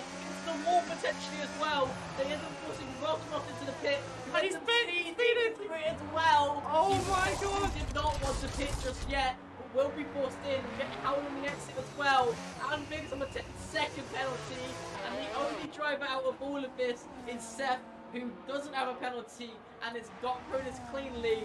But NTN Sim tries to dive down the inside when they want to get to the pit lane. And it's forced Ross to go into the pit lane as well. And they rushed it on the braking zone. Oh, what has just happened? I need to go and have a lie down, and we're not even like 2/3 through the race yet. This is absolutely insane what is happening in Australia right now. absolute carnage. That top 7 drive, I don't even know where they all are anymore. I feel like something, like one person's got through, another person made a dive, and now everyone is just in their own world again. This is absolute insanity and an absolutely insane race for the Open Qualifier 3. These guys are driving like only P1 gets the qualification. And you know what? I love to see it. This is insane. We're on board now, though, with Seth, who has pitted, finally, already. We'll now have six or so laps to claim back the positions. But, of course, the 3 drivers in front now in the pits. 2 on the mediums, 1 on the hards. Have a look at Viney, who has gone to the, let's go to the softs. Cyclops has gone to the mediums. Seth has now taken back that P1 that he earned on track earlier. See what the gap is as Ross and Viney now exit the pits, 4.5 seconds behind. So what started as an absolute battle for that P1 has turned into Seth's race to lose out in front by quite a big margin. We'll hope for his sake that he manages to keep himself safe. That is a lot of 3-second penalties that just came onto the screen there. I've got one word for this. Biblical seats. Absolutely That was 2 biblical. but okay. Biblical. This is the word I was focusing on. Right. Biblical seats. Ross has got that 10-second speeding into the pit lane penalty. NCS Sim, who tried to force their way into the pit lane with Ross on the side of them, who slammed into the pit entry wall, has also lost out a huge amount of time, down 12 seconds on the rest, who had to change that front wing. They've got F1 Sim DVC still on the back of them. Something happened to them in the pit lane while they was trying to get into the pit lane behind Ross and NCS CVC. Meanwhile, Seth cleanly out in the lead by 4 seconds. Vinny behind picks up another 3-second penalty for track limits on themselves. Adam McEwen behind that. Cyclops on a medium tyres compared to the soft. They will have better time on their end. We're now seeing DVC on the back end of NCS Sim trying to outbrake themselves a little bit as they get a little bit of a tap on the rear and then have to recontrol themselves on this car just a little bit. But Adam McEwen is trying to bite into that gap of Vinny out in front, but that time is currently just hovering on the edge of 1 second as Emily picks up another set of penalties out in P number 8 with driver 1 from QEBS behind them, driver 2 being the only driver on the coast. We have a set of penalties that might allow driver 1 from BRD to get in instead, but right now it is equalised penalties. Yeah, he's about 33 seconds away from that P11, but 16 seconds of penalties are already picked up. It doesn't look like they're going to stop picking up penalties anytime soon. So for their sake, they've got to look out, they've got to watch out for those track limits, but they've also got to make sure they're not doing anything that will cost them even 10-second penalties. Make sure that they keep themselves in those qualifying positions. I feel like they've picked up too many now to challenge for higher positions. Just got to buy their time, they've got to make sure that they see themselves in the race next week. We jump forward though to Sim 2 as it looks like a pass on F1 Sim DVC as we head down into the chicane. Do they have now in front far enough to make them make a nice drive through the turn 9 and 10 chicane?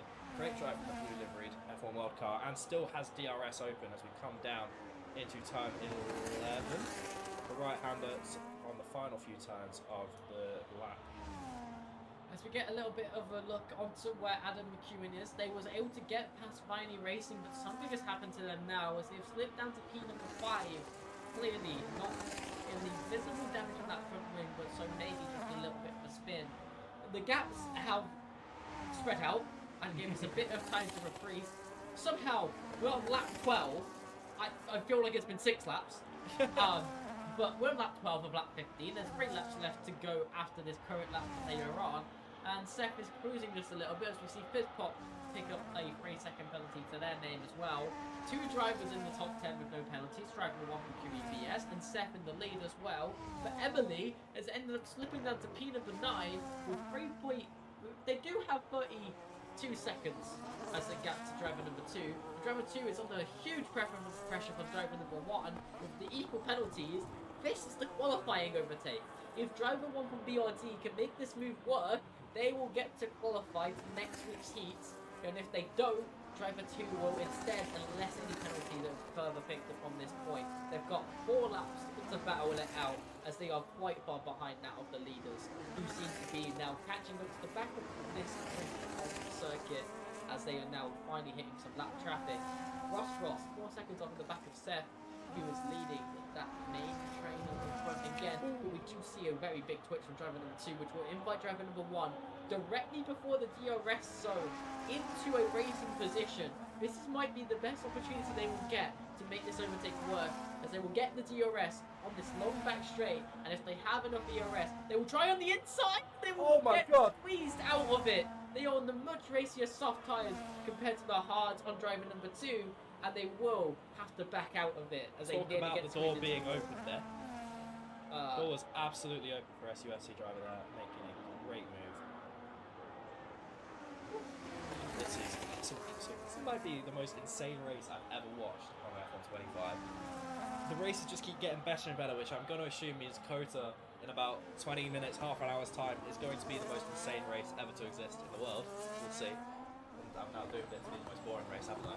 Anyway, this battle for the final qualifying spot between SUFC and BRD, this is going to be the most important battle. The only other two drivers are in P6 and P7 of NCS Sim 2 and F1 Sim BBC. They've got 4 tenths between them. But these two drivers have 5 tenths, so a lot more riding on the line between these two. It'll be interesting to see though, they've both got black and white flags. As he goes deep, and that is not going to help his chances. Running into the gravel trap and has now lost almost 3 seconds of track time to SUFC driver 2. And with 1.5 laps remaining, not even that, that is not looking good for BRD driver 1. He's got 2 laps remaining for this battle to continue. A nice dive on the inside. Doesn't get it planted enough to try and make the move stick, but he gets a really good run around the outside, opens up that DRS as well. He's going to get alongside before the braking zone. Ross gets another penalty on top of it. But again, NCS Sim sharp on the brakes, does have that 3-second penalty over F1 Sim, so he will end up slipping past his position. They've also caught up to Adam McEwen, whose race has been slipping off of their hands. They're 14 seconds back from Cyclops, and they're clearly struggling, and they picked up another 3-second penalty. So this racing position between NCS Sim and Adam McEwen is directly for position. NCS Sim needs to get past Adam McEwen before they get held up.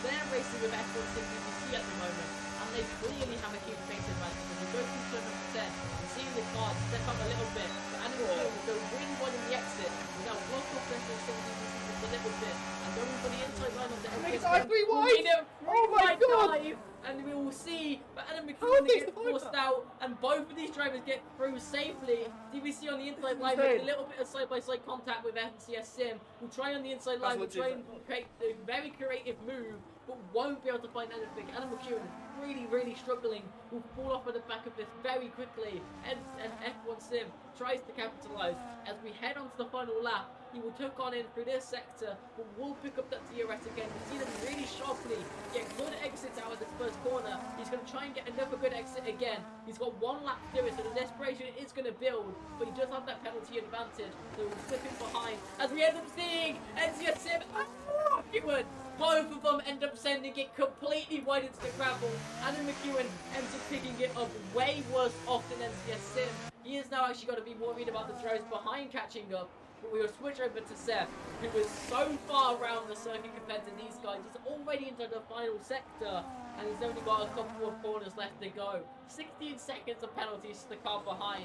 He has absolutely slaughtered it. No penalties to his name. Clean race for him. He got into the lead and kept it clean. He's made it all the way to the end safely now. Seth will come across the line as your race winner. Ross will come across second. But how far are they going to fall as they have huge penalties to their names? Vinny will come across in third, will promote to second, as we do see Cyclops barely eke out in front by 1/10 of a second after penalties were applied. F1 Sim, 24 seconds off of the back of Ross, might not be able to slip up in front, sliding across in happy jubilations to at least be in P5, but all 10 drivers will qualify as NCS Sim will just eke it to the end. Adam McEwen further behind Nat will end up actually losing 8th position to driver 1 with a 3-second penalty to their name advantage over them. And then Emily, 16 seconds to their name, but they will complete a whole extra lap over driver number 2, so we'll still be safe in P number 9. Driver 2 was able to prevent driver 1 by just insane about how long was that race? 20, 25 minutes? That might have been the most insane 25 minutes of anything I've ever watched. And you know what? I'm here for it. If every race can be like that from now on, please sign me up. Get me there to watch all of these races. Absolutely incredible race, but absolutely well run by Seth. Led a very clean drive, getting himself into first, keeping himself clean. And you know what? Great work from him. Yep, which we go to head. Seth will be on pole. We've got one more race here at the Williamson Racing League to go at Kota. And every race seemingly has gotten better on top of each other. But back at Kota in a few moments' time. I just want to lie down. That's what. Yeah, we'll be back in 10 minutes roughly at 20 minutes to 6 p.m. UK time for our final race at Kota. But first, of course, the podium celebration. We'll see who the game has decided the driver of the day is. R.A. Ross with 16 seconds worth of penalties, driver of the day, but still had the fastest lap either way. The race winner, of course, Seth. That is your finishing positions, with R.A. Ross picking up a 1:19.8. I believe the only driver to get a sub 1 minute 20, picking up that fastest lap. We'll be back in about 5-ish minutes time to bring you the final race of the evening. Do not go anywhere.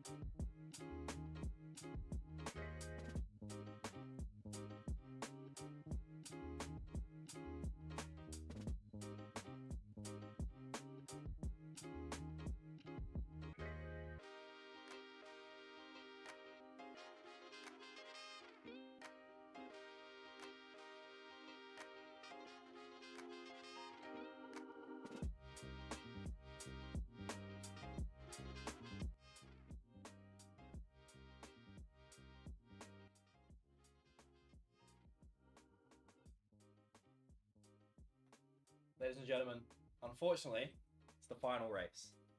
We've got one more 25% race to bring you at the Circuit of the Americas, which I believe is 14 laps. I've really enjoyed this evening. Got one more race. Kota is actually the track that's grown on me the most since I started watching F1. It's a lovely track, which I kind of feel like it's a bit of a hybrid of different tracks from around the world, and I think that works really well in its favour.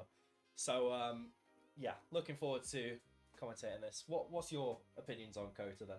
One of the better circuits in the modern era. 100%. I'm glad I'm not outside. I would argue it's top 5. I don't know where in the top 5, but I'd argue it's probably up there. This circuit has been so good to us in the recent eras. It takes some of the best aspects of a lot of circuits. We just ignore Sector 3. Sector 1 and 2 are fantastic. Sector 3, decent, but why are we copying Abu Dhabi? Sector 3. Anyway, we're going to be going over to the gameplay relatively soonly for you guys. Allegedly, everyone's loading in. We've had a lot quicker loading time this time, hopefully. Qualifying is going to be one shot for one final time. We're going to see a huge rise up through the hill. Unlike Melbourne, which we don't remember the names because they're brand new changed, and Suzuka, which has had the iconic names for years. Kota doesn't really have names. I just remember turn one's called Big Red, I think. Because that's such an American name, and I love it. It is anyway, a big red uphill slope, and I mean, it allows the drivers to brake so much later. We've seen some of the best dive bombs at this circuit because of that feature. We just won't mention 2025 sprint start. Anyway, 10 seconds until one-shot qualifying begins. Hopefully, everything works this time with no issues. We're straight in. I've just jinxed it now, haven't I? Well, we'll wait and see. It will decide not to throw the cars within the 2 seconds that it normally takes. Okay. So I'm going to guess it's going to restart that I'm going to shut up again. from now on then. F1 games, please fix your bugs. We love you, but it happens a bit too often. Oh, yeah. Anyway, this circuit, it's moderate downforce circuit. It's very much like Silverstone. Very, very much like Silverstone. People know that circuit very well.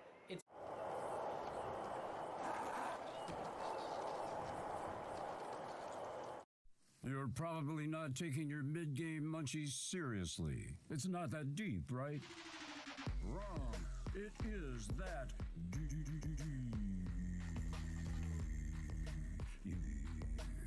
Chicago Town deep dish. We go to town on it, so you can go to town. We've seen Logan Edward, who really should have qualified already by now, but has had multiple issues every time out so far. Hopefully he can just have a clean one this time. We'll see what happens. We're currently on board with Tyler John 86. They're making their way round through this first sector through turn 2 and now turn 3.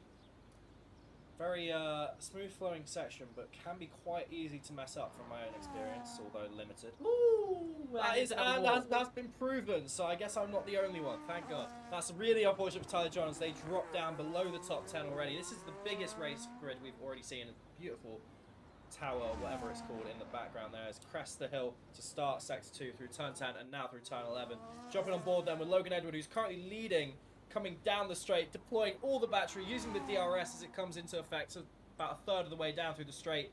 There's a lot of battery deployment, going 336 kilometers an hour, now into the brake zone, down all the way to just under 100 down that left-hander to start sector 3, now through turn 13 on the right, and turn 14 just behind. Just weave quite through this section. You feel like these spawners just keep on coming. You don't get a chance to brake until now, and it's only just for a mild second as you now get this really long triple apex corner. Like, you just seem to keep going and then nearly taking the IndyCar and NASCAR racing line, but that was the apex quite far off as Logan Edwards, but will come through the final corner and cross the line with a 1:33.426. Wow. 4 tenths clear of the next best driver being Baston, who we've yet to see before, but Logan Edwards is a decent barometer for us today, as he's clearly been a top 5 driver in the previous heats, but yet has had issues that have fought him from getting through previously. Hopefully today, hopefully next week to make it there. I mean, only 2 disqualifications there, and about 6 seconds separating the top 10. This is going to be the closest race so far this evening. Let's have a look then. as Tyler John and Bobby Cat are 12th and 13th, just 6 seconds off. So that is the gap. That's a very small, very tight gap for majority of the race. Unfortunately for NCS Sim and a couple of the others behind, Lock Laser being one of them, just going just over 10 seconds slower than Logan Edwards. Yeah. They're going to have a lot of pace to make up on track as we go for, how many laps did I say it was? Can you remember? 14. Was it? Yeah. It was 14. Good. Thank you. But Racing Rig 1, Racing Rig 3, sorry. We have had so many of these different sim names at this point. Rig 3 and Ollie Matthews separated by 10 hundredths of a second. That's hopefully amazing signs for the racing between the two. See what happens, especially this dive up into turn 1. It's a hairpin up the hill, a little bit of a blind turn depending on how you look at it. You can almost not see the apex turning into it. You've got to make sure that you don't go 3 cars into one around that turn. You've got to be courteous of other people, especially in an open wheel car like these F1 World cars that we see them racing in today. You know, you can maybe get away with a little bit of contact in GT3, but in this, it's going to be a lot harder to battle without causing yourself harm and other people around you even worse damage. Anyway, here we go for the final grid start of the evening. 5 lights are on and the lights are out. 18 cars dashing down into the hill for turn 1. Look at all of them. Look at all the colours of the rainbow. That is Logan Edwards by a mile in first. Amazing start. Lots of cars running wide. Few little spins. Doesn't look like too many crazy issues, except for AFK Banana, who's lost a lot of positions there.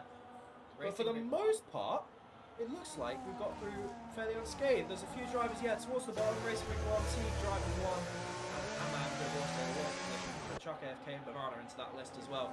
For the most part, green arrows. Ooh, that is a bump there for BRD Driving 1 on the front and behind, losing position there too. We see another driver go around. Lock Laser ends up spinning it as well on the inside of that one. Racing Rig 1, a huge negative on that first corner. Got really stripped out wide. Is down to P15. And he is running a livery the same as Zero, who's also lost time. Who's right in the back of Tyler John, who's only got 3 seconds in the name. AFK Banana is now going to try and attack BRD around the outside. This is the corner. So late braking is really optimum to try and make something work. We see it there. He does get past going through that corner. BRD is really slow in the acceleration and might have actually had a bit of a collision there. NCS Sim 2 as well. We are trying to get through. Racing Rig 1 making contact with Cobham behind as they are getting forced through. They know they have a lot more pace as they slap the back end of Cobham as well, who ends up getting spun around, and we get that yellow flag in sector 3. They do get right back on track eventually, but Racing Rig 1 seeming quite desperate to try and get through at the moment. Yeah, Logan Edwards, you're quite right. He is quite the pace setter in this race. Already 2.4 seconds away, 1 lap down, 13 to go. Ollie Matthews, though, charging up 2 positions from the start. Does have a big gap ahead of him, but most importantly is building up a gap behind him as well. Rig 3 currently holding up P3. Let's jump on board with Emma Payne, who's put up 11 positions on the start, and is right on the rear bumper of, is that right? Crixium? I don't know how the hell to pronounce that, but it looks like maybe making a move, or Zero's making a move on them. Tough to say what's happening right now. The TV cameras are not showing as much as I'd like them to. Emma Payne, though, looks like caught in the middle of a train of 5 cars, with another one running very wide there towards the front. I'm going to assume that was Crixium. Ned Cape and I there making a move on it. Emma Payne, does Emma Payne have the pace to keep the position? Get the position back? Yes, wide. 4 wide coming down the straight. DRS flaps will be opening on a lot of these cars. Yeah, and a bit of back to bumping. 3 wide as well. These drivers all trying to gain benefit from EOS at different times. EOS level at different levels as well. EOS is such a huge factor in this game. They're trying to keep the wing plates clean, but they're scattered. They are all the way across the circuit using the full breadth of this racetrack. This is the widest circuit we've had, and they are using every single millimetre of it to try and get past each other. As the switchback on the inside will try and get AFK Banana to get by, they will have to go around the long way, which they won't find the gap for. As Logan Edwards sets a knock on fastest lap, he is absolutely charging out in front.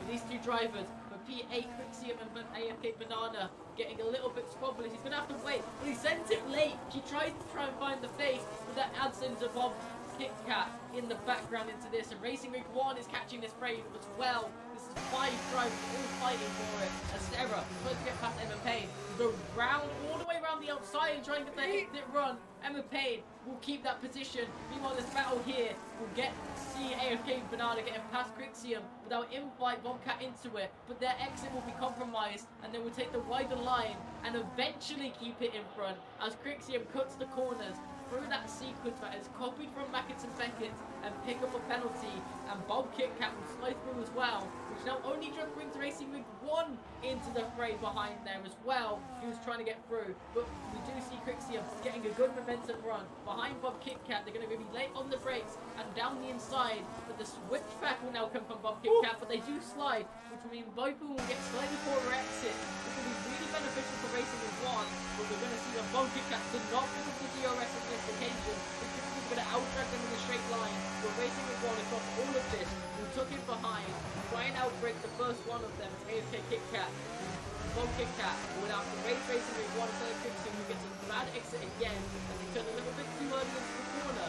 Bob Kit Kat will now try and stay in front of Racing Rig 1. We can't really see from this camera angle exactly what's going on behind, but the exit will give them another chance for Bob Kit Kat. But again, the outside line is a bit too difficult to get past Crixium with, and Racing Rig 1 getting a little bit impatient behind. And you're seeing these two drivers going quite all over the place. We see Crixium going wide again. They need to be careful with the penalty to their name already. We're going across track limits, and we do squeeze Bob Kit Kat switch over to the inside and open up that DRS really early on, and they will get on by for Crixium. We'll try and open that ERS and go down the inside with a late lunge. They do make the apex, they go really deep again, and opening it up another switchback for Bob Kit Kat. And in front of this, Harry has started falling down the order as well, down to P number 8. So now this is a 4-way fight as we see driver 1 getting past NCS Sim 2 down to P15. Already absolute insanity, but not quite the same insanity we've already seen on the 2 street circuits. That is looks like a cargo goes for a collision. Who's that on board with Rig 1 and Crixium, who's having a bit of a mare in the last couple of laps, now dropped outside of the qualifying top 10, which is not what they'd want. Bob Kit Kat making a position on Harry further up the field, but Crixium really now wanting to make up the track position that they've lost. But look at the gaps only building for Crixium. That is not ideal. It's outside of the DRS, and battery almost gone as well. This is not looking good for Crixium. A-Man 10.5 seconds up the field behind them. The only good point is that Harry is struggling as well with Crixium. He is falling massive position in the last few laps as well. I think he's won. They're trying to make it work on him with Harry in front. Already onto the back of them, even though they've lost that time racing now. But they're also back to John as well. So Crixium, same with the 11 and 5 racing Harry in terms of his Kit Kat had a bad few corners and hasn't come away from Harry as you might have expected. And now this is really making it difficult for Racing Rig 1 because really, really wide on that one. But another thing that I've just noticed. Look at P3. Yeah, I was waiting for you to stop yapping so I could mention it. Logan Edwards has dropped out of P1. Is just within DRS range if they can keep hold of it through this next 2 turns before the DRS detection zone. Probably deploying quite a bit of battery there to try and keep themselves in that range. It works out for them as they round turn 11, I believe this is. We'll pick up DRS about a third of the way down the straight, trying to catch back up to Ollie Matthews. Not sure if that was a slight moment of error from Logan Edwards, or if Rick and Ollie Matthews found a little bit of pace that Logan was missing to catch back up. It's hard to say without actually seeing it for ourselves. But Logan has to get themselves back up into that P1 for a win this race. Baston is also within that DRS range from Logan Edwards, but do they have the pace to keep it? Of course, Logan in this tight end for secondary, which is quite similar to Abu Dhabi, as you've already mentioned, is going to struggle to get a pass on Ollie Matthews, which is going to keep Baston within that range, it seems. So does Logan have now, as we come around the final turn, I believe turn 20 of this track, into the final DRS zone on the start-finish straight and then back up the hill of Big Red. Will he have the pace to make a pass? He is on medium tyres. Ollie Matthews is on softs as Logan makes the pass into turn 1. Does he have the pace to keep it? He does. Now he's got 7/10 of a second to build to get Ollie out of DRS zone, but Bastum also makes the pass. Now this is going to be a little bit harder for Logan to build up, as Bastum has already managed to keep up, but Logan is on the mediums, Bastum is on the hards. We'll see what happens to these two drivers. Tyler John picking up a 3-second penalty, but downfield in P11. So that's almost sealing that Tyler John will not be qualifying in the end of this race, unfortunately for them, unless something crazy happens. And as we've already seen today, crazy things can happen. So we'll wait to see what happens in 8.5 laps time when the checkered flag finally falls on this race. We're 6 laps in, and we have the DNS. That's a new one. We have no DNS just yet, so that's great to see. Keeping it on the tarmac. It might be different, but Bastom might get through, going full Formula Drift on the overtake attempt to Logan Edwards. But this is what we've seen from Logan Edwards before. I don't know necessarily where these issues come from, because we don't always capture it on screen like here today. But he's had really good qualifying pace, an early stint pace, but then he either makes a mistake, cooks the tyres, or really overloads himself and falls off drastically. And now we see that Bastum is clearly able to hound the back of Logan Edwards, and this is also keeping Ollie Matthews into the fray. Yeah, Ollie Matthews, so just on the cusp of that DRS, goes into the pits finally on those soft tyres to come on. All four of the top 10 guys, all four of the top 4 coming into the pits, all on different tyres as well, so it's interesting how all of them are pitted on lap 6 and all on different compounds of tyres. It's really weird to see that. Rig 3, Logan Edwards elected to go onto his hards. Bastion coming off onto the mediums now from the hards. And that is Ollie Matthews, who was on the softs and is now on the mediums. So going for the faster compounds of tyres, but those are going to struggle towards the latter ends of the race. Bastion should be able to pick up a couple more positions now, as Emma Payne leads, not pitting yet, still on 6 laps on those mediums. They've done 6 laps on the mediums. Oh wait, no, it makes sense. I'm confusing myself. Ollie Matthews had a really long stop. He did. Like, What happened there? Potentially a front wing replacement. As Logan Edwards picks up a 3-second penalty on the lap out of the pits. Their race is just a little bit even more difficult for them now. They absolutely slaughtered them in qualifying. They had an amazing opening stint as well until it went wrong. And now it's just compounding with this 3-second penalty. Logan Edwards, really a driver with the pace to make it to grow, has found issues again here in the third heat that they are trying to qualify through now. The Rig 3 having an epic battle with Bastum, losing so much time during that pit stop cycle, really got these guys into the score fray as well. Emma Payne is 3 seconds in front of all of this. The switchback attempt is going to come off through from the Bastum. Rig 3 was really wide, but they end up getting good enough exit from it in the end. Logan Edwards is going to have an amazing spectator doing this. See, this is an unfortunate reality of Logan Edwards. A driver who has been dancing right on the line of the limit. Occasionally, if you do dance on the line, you're going to stumble. You're going to stumble onto the wrong side of it. And unfortunately, Logan Edwards, he's done that too many times. That 3-second penalty shouldn't jeopardise his P4, but it will jeopardise his chances at anything higher on the podium if he tries to challenge for it now. Unless, of course, I mean, we did say this 2 races ago, didn't we? With in fact, 3 races ago in Suzuka, a 3-second penalty for a personal P3, still managed to take the win. So you never know. Logan Edwards currently technically P3 since Emma Payne hasn't pitted yet. And a 3-second penalty, could we be seeing the same thing that we saw in Suzuka? Only time will tell halfway through the race. Now Emma Payne making 17 positions up. Of course, lots of those gained from other drivers pitting though.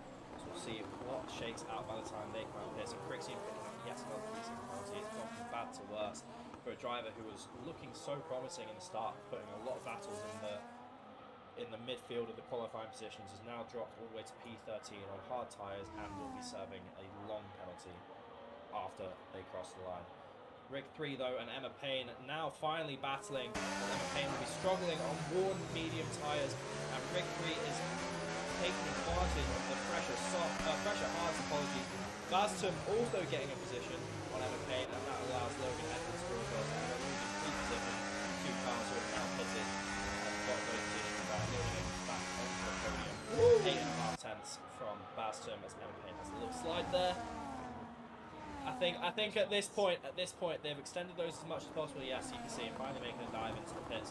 What will they go for? I'm going to assume going to assume the softs, considering 6 laps remaining. Try to. Soft steer at Kobe, higher tires. Oh yeah. Things during I think the tires being chosen, the difficulties being entered the stints. The drivers really wanted to go late. But we see some poor RNG through a back marker there, who ends up coming into the pit lanes of Luck Laser, and they've just unfortunately been seen into the same pit box as Emma Payne. I get that. I get it in when you're doing the F1 2025 version when you've actually got the teams and the car goes sliding there, looks like a back marker there through turn 1. I get it in the F1 25 version when you're doing it as teams, as like Williams or as McLaren or as all of that. But in F1 World, when you're all in equal performance cars, surely ghosting is allowed, no? EA man, come on. We've seen a lot. EA, take our advice and code your game different. Logan Edwards picked up another 3 seconds somewhere, so he's now got 6 seconds to his name and penalties. So it's not looking good for the pole sitter, as he's now sitting in P3, still battling Rig 3. But with that 6 seconds of penalties to be served as the checkered flag falls, it's looking pretty dire for him, especially if he wants to finish on that podium. As Ollie Matthews is just within that 6-second gap at 5.5 behind down in P4. HK Banana, 15 seconds off the back of Ollie Matthews with 10 seconds to the name. They should still be safe in terms of getting into the top 10, but a driver who's struggling at the moment to stay within the top 10 is Racing Rig 1. They qualified easily within the top 6 or 7 positions, and then they dropped back all the way to the end of the grid to start the race, and they did get back into the top 10, and they are behind Harry, who has a penalty to their name. But right now, they need that position desperately.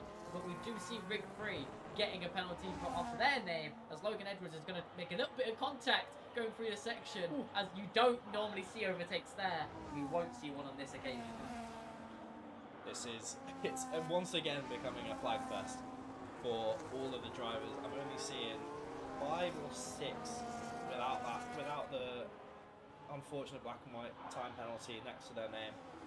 Looks like one more driver in the pits, and Tyler John losing a few more positions. That will promote Racing Rig 1 into the top 10 now, who we were talking about a moment ago. Rig 3 then, down the back straight, no DRS unfortunately, as Baston has built up a pretty considerable lead ahead of the 2 drivers he was battling behind. But that does mean Logan Edwards got DRS, closing the gap a little bit as we go now into Sector 3. The one of the again, tougher sectors to overtake on, but there are a few different lines that can be taken, and that's what these drivers need to do. They need to experiment, they need to try and make the other driver in front make mistakes, or if they're defending, they just need to keep their composure, keep their confidence. Jumping back then to Rig 1 on the chopping block, or just in front of it actually, as he goes to the back of Harry.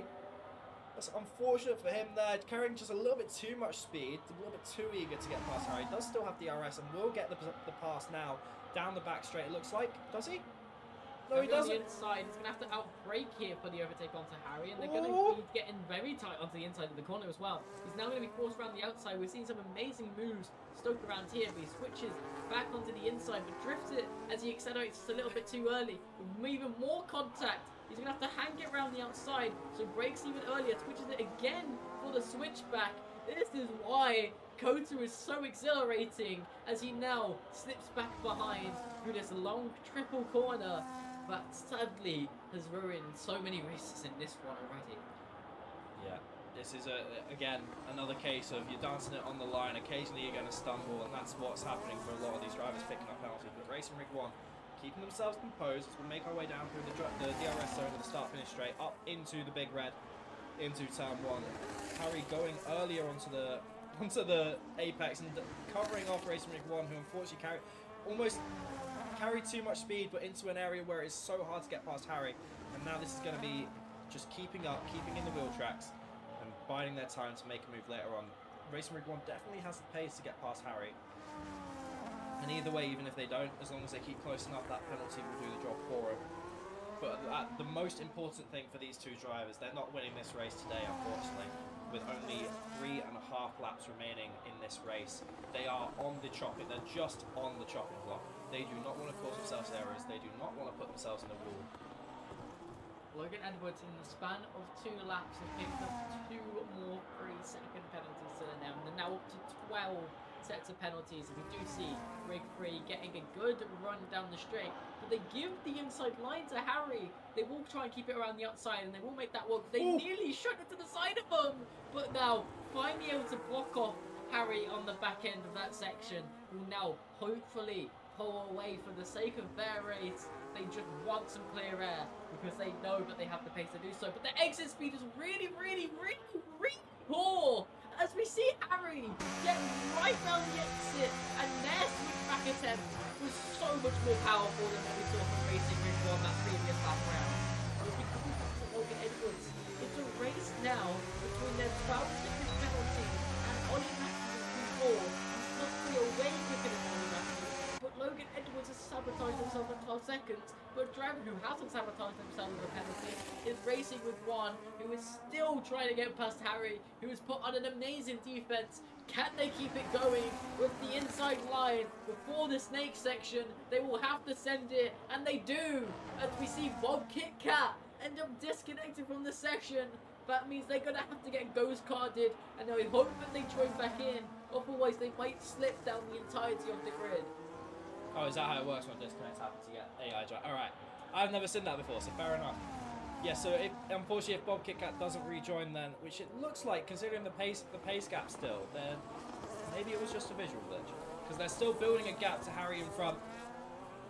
So we'll see what happens to them. Most drivers, all drivers bar Baston, Ollie Matthews, Bob KitKat and Lock Laser picked up penalties this race.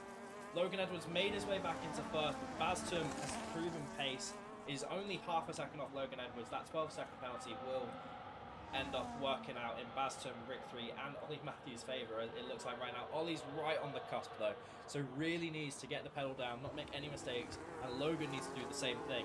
So we'll see how it works out to those two, whether or not Logan Edwards will keep his podium or whether or not Ollie will get promoted. It looks like the gap though is going in Logan Edwards' favour, as Ollie's still building up gap to Rig 3. We'll hopefully see the gaps to the leaders in a minute. Baston picks up a 3-second. Okay, so now it really is a race for P2 between Baston and Rig 3 though. Baston was almost guaranteed it, even if Rig 3 managed to get past. But now these two are actually in contention again. Ollie Matthews now with that 11.2 plus the 6.8 of Rig 3 and the 0.5 of Baston is just outside of the 12 seconds needed to get promoted to P3 from Logan Edwards. So unfortunately it does look like Logan's just done enough work and Ollie Matthews will be missing out on a podium. But you know what, I think they can hold their heads high. They've finished the highest without picking up any penalties yet. So that is pretty good work from them. You see, still on board for this top 3 battle. Yes, it may all shake out depending on the penalties picked up, but they are still going to fight each other as we go past the timing line for the final time to start the final lap. Logan Edwards leading the charge into Big Red, down around the first corner. One more lap to go then, as we see Racing with one catching up to the back end of Bob KitKat. It's AI controlled self. He's got 3 seconds, which is going to be a hell of a race for him to try and build. You can build 3 seconds on an AI if you're quick enough in the end. So you will see Bob KitKat there ghosted. We'll now have a whole lap and a half to get 3 seconds on this to keep that position. But Rig 3 picks up another 3-second penalty. So that race 3 was hyping up between them and Baston now has all but subsided in terms of overall impact, and as Baston in only half a circuit picks up multiple warnings to pick up another 3-second penalty. Logan Edwards with that 12. This has really turned into a race of penalties in this occasion, because Harry down in P11 had an issue after racing with 1, but still might be able to get into P10 because Tyler John has 15 seconds to their name, though they stand in P10. But it will at the moment be very difficult for Harry, as they're 9 seconds off at the back of Tyler John with a further 6. That's too much time to Tyler John at the moment. So right now Tyler John does have that P10, but you just got to keep up for the consistency in the driver penalties again, but we will finally get around to the last few corners of lap 14. Logan Edwards will finish first on track, as it was qualified first in as well, but they won't finish first with the penalties. We'll see Baston promote to P1 with the penalties being less, Rig 3 into P number 2, and then fair play to Ollie Matthews to keep no penalties to their names. But they won't be quick enough to overjump Logan Edwards and will still be set off to the podium. With AFK Banana next up, as we did see another driver in the back markers spinning out on the final corner. That was T-Driver 19 seconds back is AFK Banana, with Emma Payne behind. But if I was correct, Emma Payne had less penalties, so I'm going to expect them to jump over AFK Banana. But we will get confirmation as they cross over the line. That we do. Zero will then be behind that and also has less penalties than AFK Banana. And Emma Payne. Zero jumps over both of them. So Zero takes P5. Emma Payne is down into 6th. AFK Banana is 7th. Racing Rig 1. Tyler John disqualified from session. Tyler John so was in P10. Tyler John had the gap in penalties over Harry. All they had to do was make it to the line. It's always been about P10. And Tyler John ends up getting disqualified when they was in position to qualify through to next week. That is heartbreak for Tyler John, but they did it to themselves. That is car in the wall. I'm going to assume they're just having a bit of fun there. But that is Racing Rig 1 picking up 8th. Bob Kitcat picking up 9th. Harry picking up 10th. Aman picking up 11th. Is the first to miss out on qualifying. Teague driver 12th. Crixium 13th. BRD driver just losing 15th to Lock Laser, who finished 14th in Cobham. 2 drivers DNFing behind them. Or 1 driver DNFing, 1 driver DSQ. Just saw a monster in the final corner. And they were 5 seconds back off Harry. They were right behind Harry and spun it. They had less penalties. They would have jumped Harry across the line. Harry has been absolutely gifted P10 as 2 drivers had the opportunity to take away P10, and both drivers make critical errors on that final lap. But still, praise to these top 3. They had a really good racing here today. They had a really good pace. Unfortunately, the difference between who got more penalties was stark. Yeah. It's always a case of keeping it clean than keeping it cleaner than the rest. And you know what? Fair play to those top 3 drivers who put on an amazing race. Logan Edwards with a massively clear fastest lap over 1:35.077. And a great drive from those top 10 drivers who we will be seeing next week in the finals of Heat 3 of Open Qualifier 3. Apologies. This is the Heats. Next week is the finals. Anyway, we're back on screen for one final time tonight. I want to say thank you so much for watching us.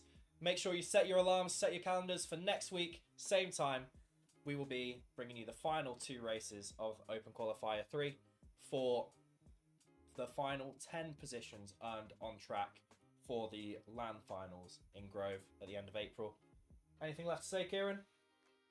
Well, it's been a pleasure today. Melbourne was definitely chaotic.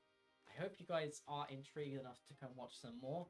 And these drivers still got to keep up their A game, because there's still one more week of qualifiers, and still those all-important judge positions to fight for as we head to the end of this evening's content. I think we're going to go have a lie down now after those races. So thank you so much, guys. We will see you next week. Hopefully we'll be back in the studio instead of my flat. You never know. Anyway, see you for our final races of qualifiers next week. Goodbye. Where's the thanks? There you go.